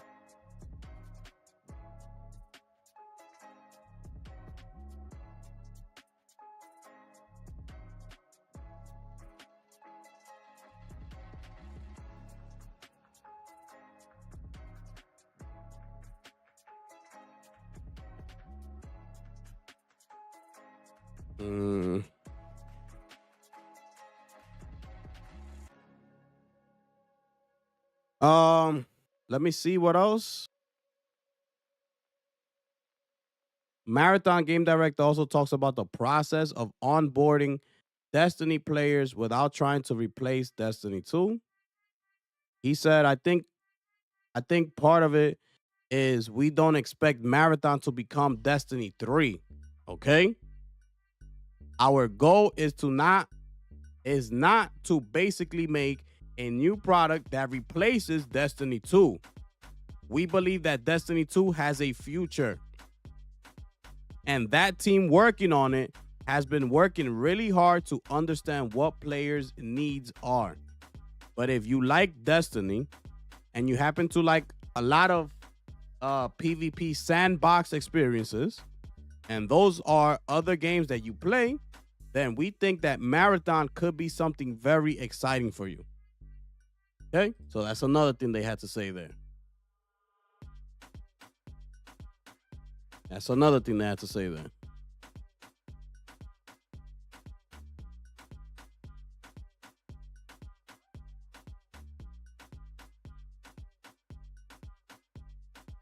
Oh yeah, I spoke about First Descendant, bro. I don't need to. First Descendant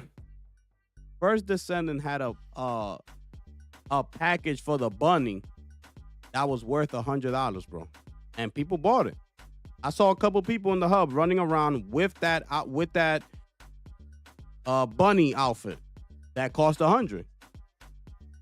I saw a couple of them. I say, yo, did these people actually pay $100 for the bunny ultimate gear? I couldn't believe it, bro. I could not believe it. I said, what? Nah, it can't be, bro. So right there, you already paid for an entire game $100. Okay?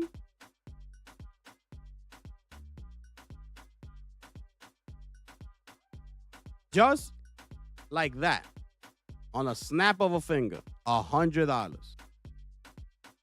But it's free to play. That's all you cared about. Well, I didn't pay for the game. Let me spend $100 on the bunny ultimate gear. It comes with the skin. It comes with a weapon skin. It comes with a few whatever backpacks or whatever. And now, I'm good. I look different from everybody else. But I spend $100.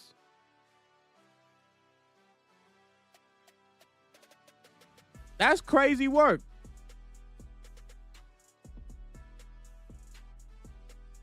But I spend $100.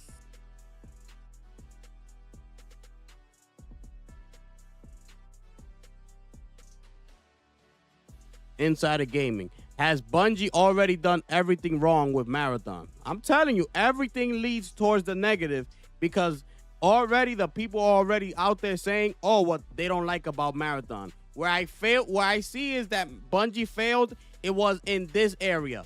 Could Marathon be good? We don't know. But they don't like this. But I don't like that. That's all you hear. So that's the popular answer. That's the popular side. It's the negative. So let's start doing negative headings for these articles and things like that. Could Marathon be the next Concord? Has Bungie already done everything wrong with Marathon? These people make me sick, bro.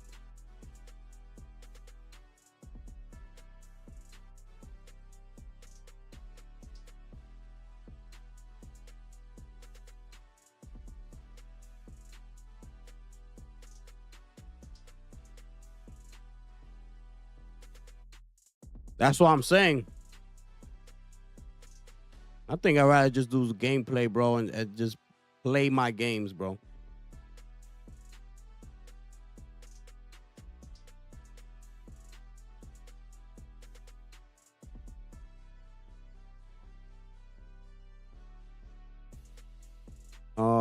New Marathon wallpaper included with every purchase of the new Marathon merch on the Bungie store. Oh, I need me some merch. Oh, let's look. Let me look at that merch at Bungie store. Let me see what they selling. Bungie store? Where we like? What? Bungie store? Where I find that at? Where the store at? Yo, where the store at? Merchandise right here. What we got? Can we just click on a specific? No, I don't want no Destiny. I'm looking for Marathon. Where are you? Where are you? Marathon right here. Bang. Oh, but they don't have anything yet. They only have a hoodie, a shirt, and the shirt with the worm.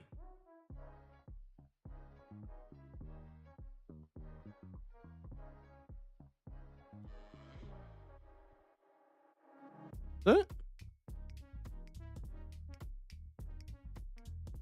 Come on, man. The boy talking about the telephone, man. Boy talking about the telephone, man. How you gonna do that to me, man? Nah, they need to update this store. We need more merch, people. We need more merch. I might get me that shirt though. Basic marathon shirt. Might get me that. I might get me that shirt. Come up in here. Oh yeah. Oh, this is what it is. Exclusive marathon digital wallpaper included with every purchase. Delivered via email after purchase. Oh. Okay. Okay. I believe you.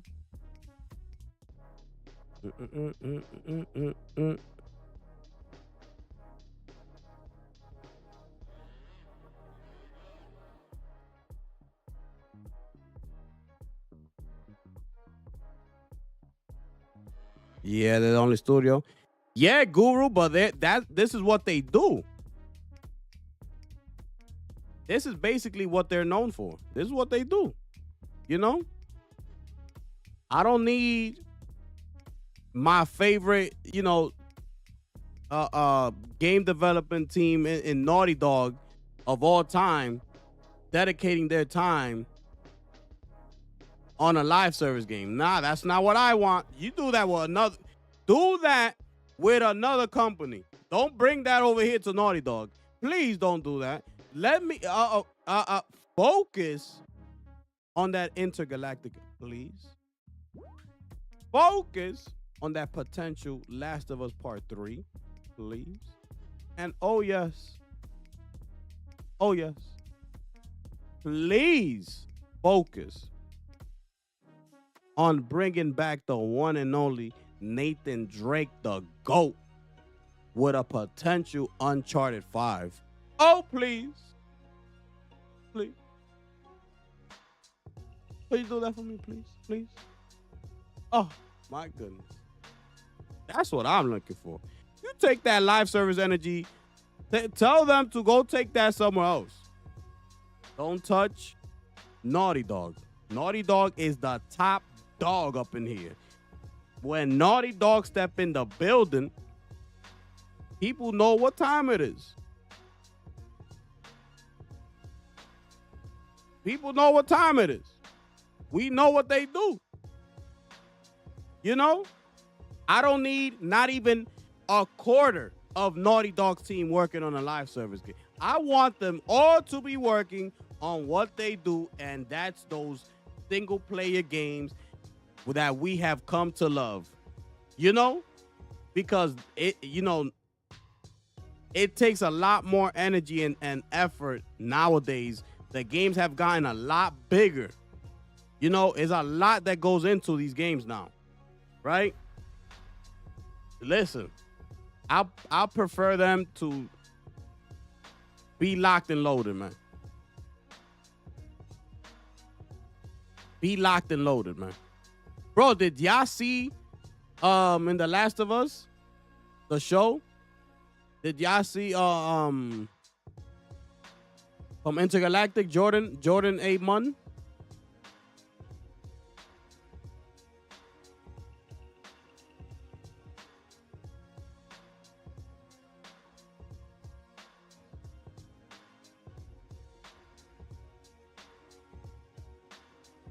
Yeah, they focus on the negatives, bro. Oh, for sure. Yeah, Alpha. They all trying to get in there. They all trying to get in there. Just like how they was talking trash about the Pro. When the pre-orders came, they were the first ones in line trying to get on the PlayStation Direct.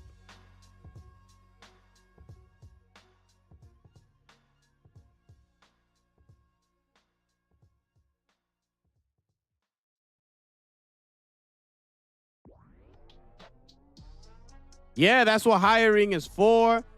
I get it, bro. I understand. I don't think they sabotage them, bro. I just don't see that. I don't see it, bro. I don't see it, bro. I genuinely think that they went to them. Oh, this is another game coming, Void Breaker. It's coming soon too, I think. Like, I genuinely think like they just told them, like, bro, you do a live service, you gotta be in it for the long haul, bro. You know, like, are you willing to do that? And it's like, bro, like, stick to what you know. Stick to what you know. Once you pull the trigger on this, just know that you are going to be locked in here for a certain amount of years. With updates, you know, server updates, content that you got to be dishing out, and things like that, you know?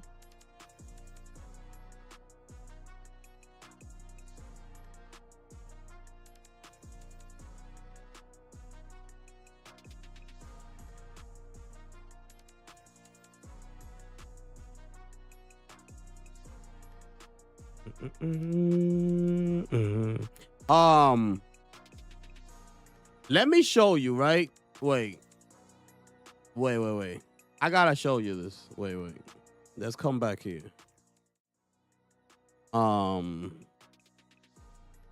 Wait. Before we wrap up, because we about to wrap up.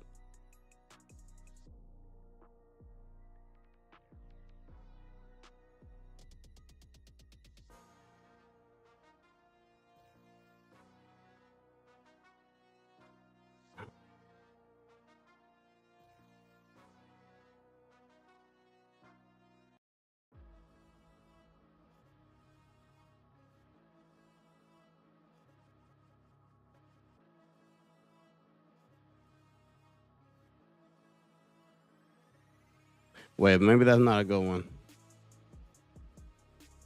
I want you to get like a good, bro, right?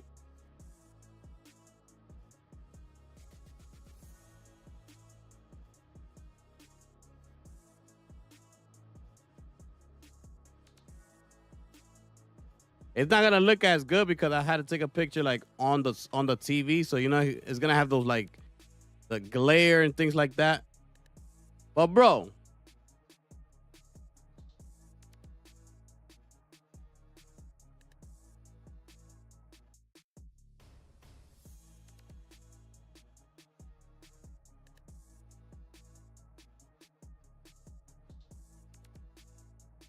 wait.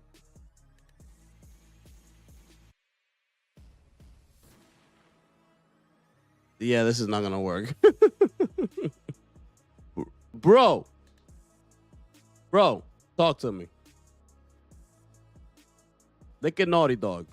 Bro, talk to me, bro.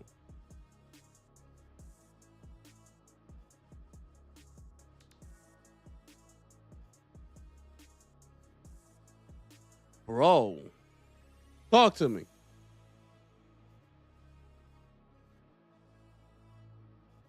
What? Bro, hold up. Let me see if I could get a better angle on the screen here.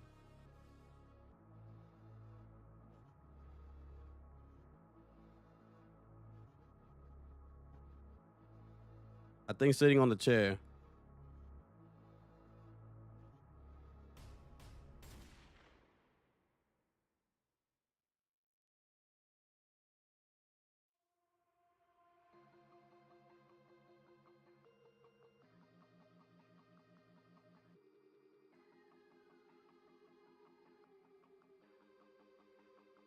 Do you see that, bro? You see how close he looks to like in the actual game?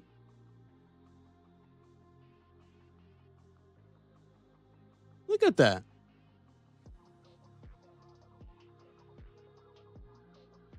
It's so crazy, bro. I took a picture because I had to show you. I said, nah, they OD'd, bro. Bro, they OD'd. Yo, that's crazy work, bro. That's crazy work, bro. I said, nah. Yo, she looked just like the game, bro. Just like the game, bro. Just like that trailer. I said, damn. And I know that's an Easter egg, bro.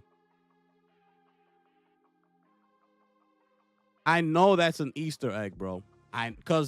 Well, let me not even say it because I don't want to spoil it for Alpha.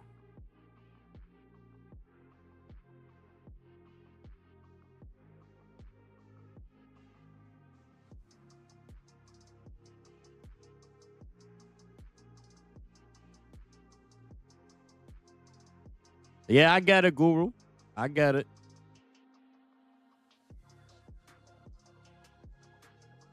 I get it, bro. Me and you are always gonna be on the opposite on that one, though. Like I love it, you know, the multiplayer and things like that. But maybe that was a talk that they had, like behind the scenes, like, yo, you know, you're going live service, right? You know, you gotta meet certain quotas or certain deadlines because we need updates, and who knows, bro? Like, I don't know, bro. But if that was the talk, or they said, or just go back to focusing on what you do, and they decided to go with that decision, which was canceling the multiplayer, then I'm on board with that. I'm good with that.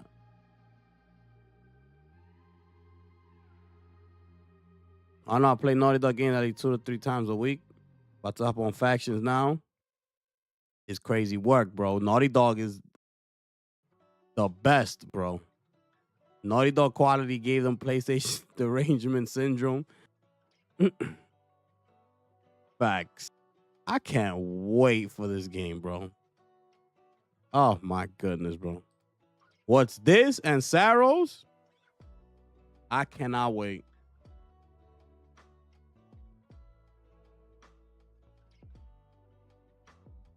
Like, seeing this, people were already saying, no, I'm not playing it. You get it?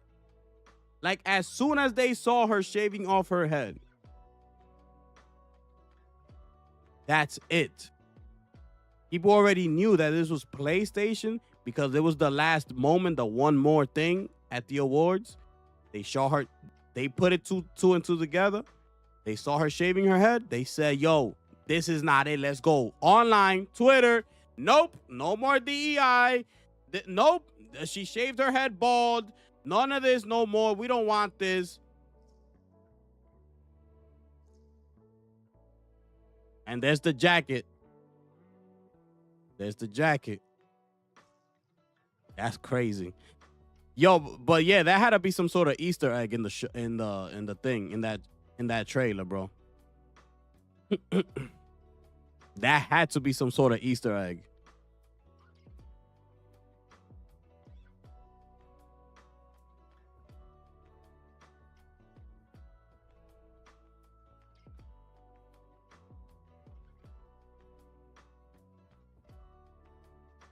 Damn, that looks crazy, bro.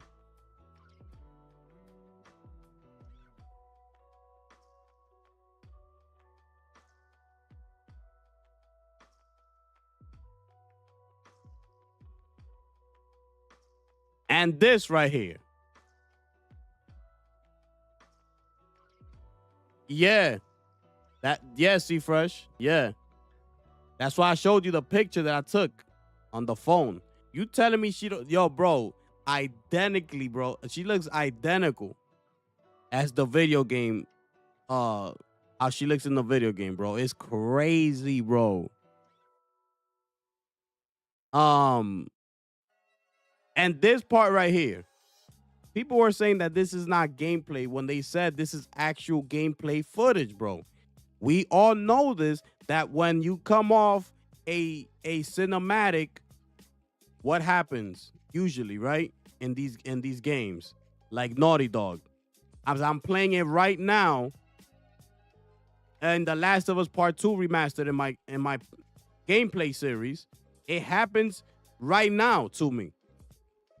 When I come off a cinematic, the camera tends to back up, to zoom out from behind you, to let you know that you are now in official gameplay.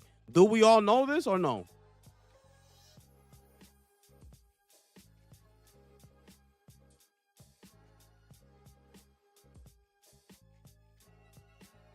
Do we all know this or no?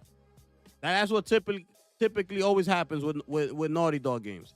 When you're about to come off a cutscene, to let you know that you're actually in gameplay. What does the camera do? Zoom out a little bit, right? It goes, and then right there, you know, okay, it's gameplay or whatever. Like I could move now,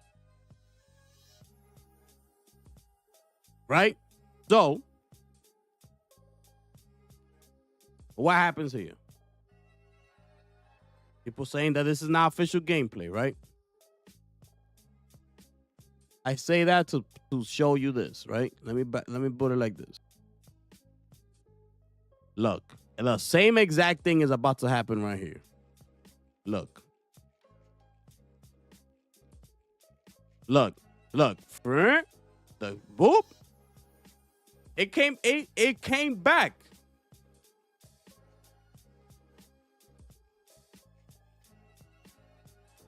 The camera is zooming back and she starts to run.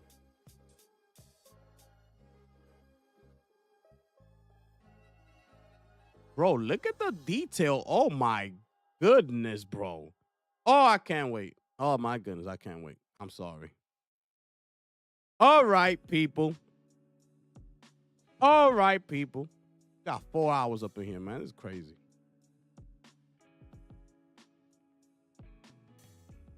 This is crazy, man.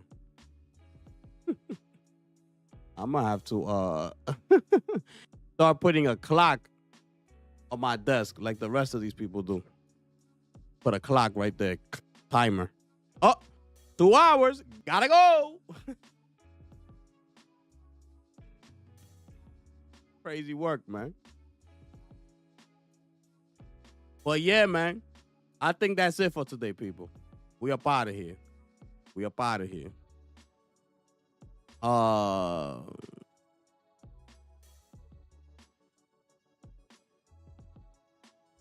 is that they did an interview with Friends Per Second with Ralph and Jake Baldino and Lucy. They asked him why they think Destiny players will enjoy Marathon. And he said, one is probably just the gunplay. Number two, I think Destiny players do enjoy a good puzzle. I might have to watch that podcast.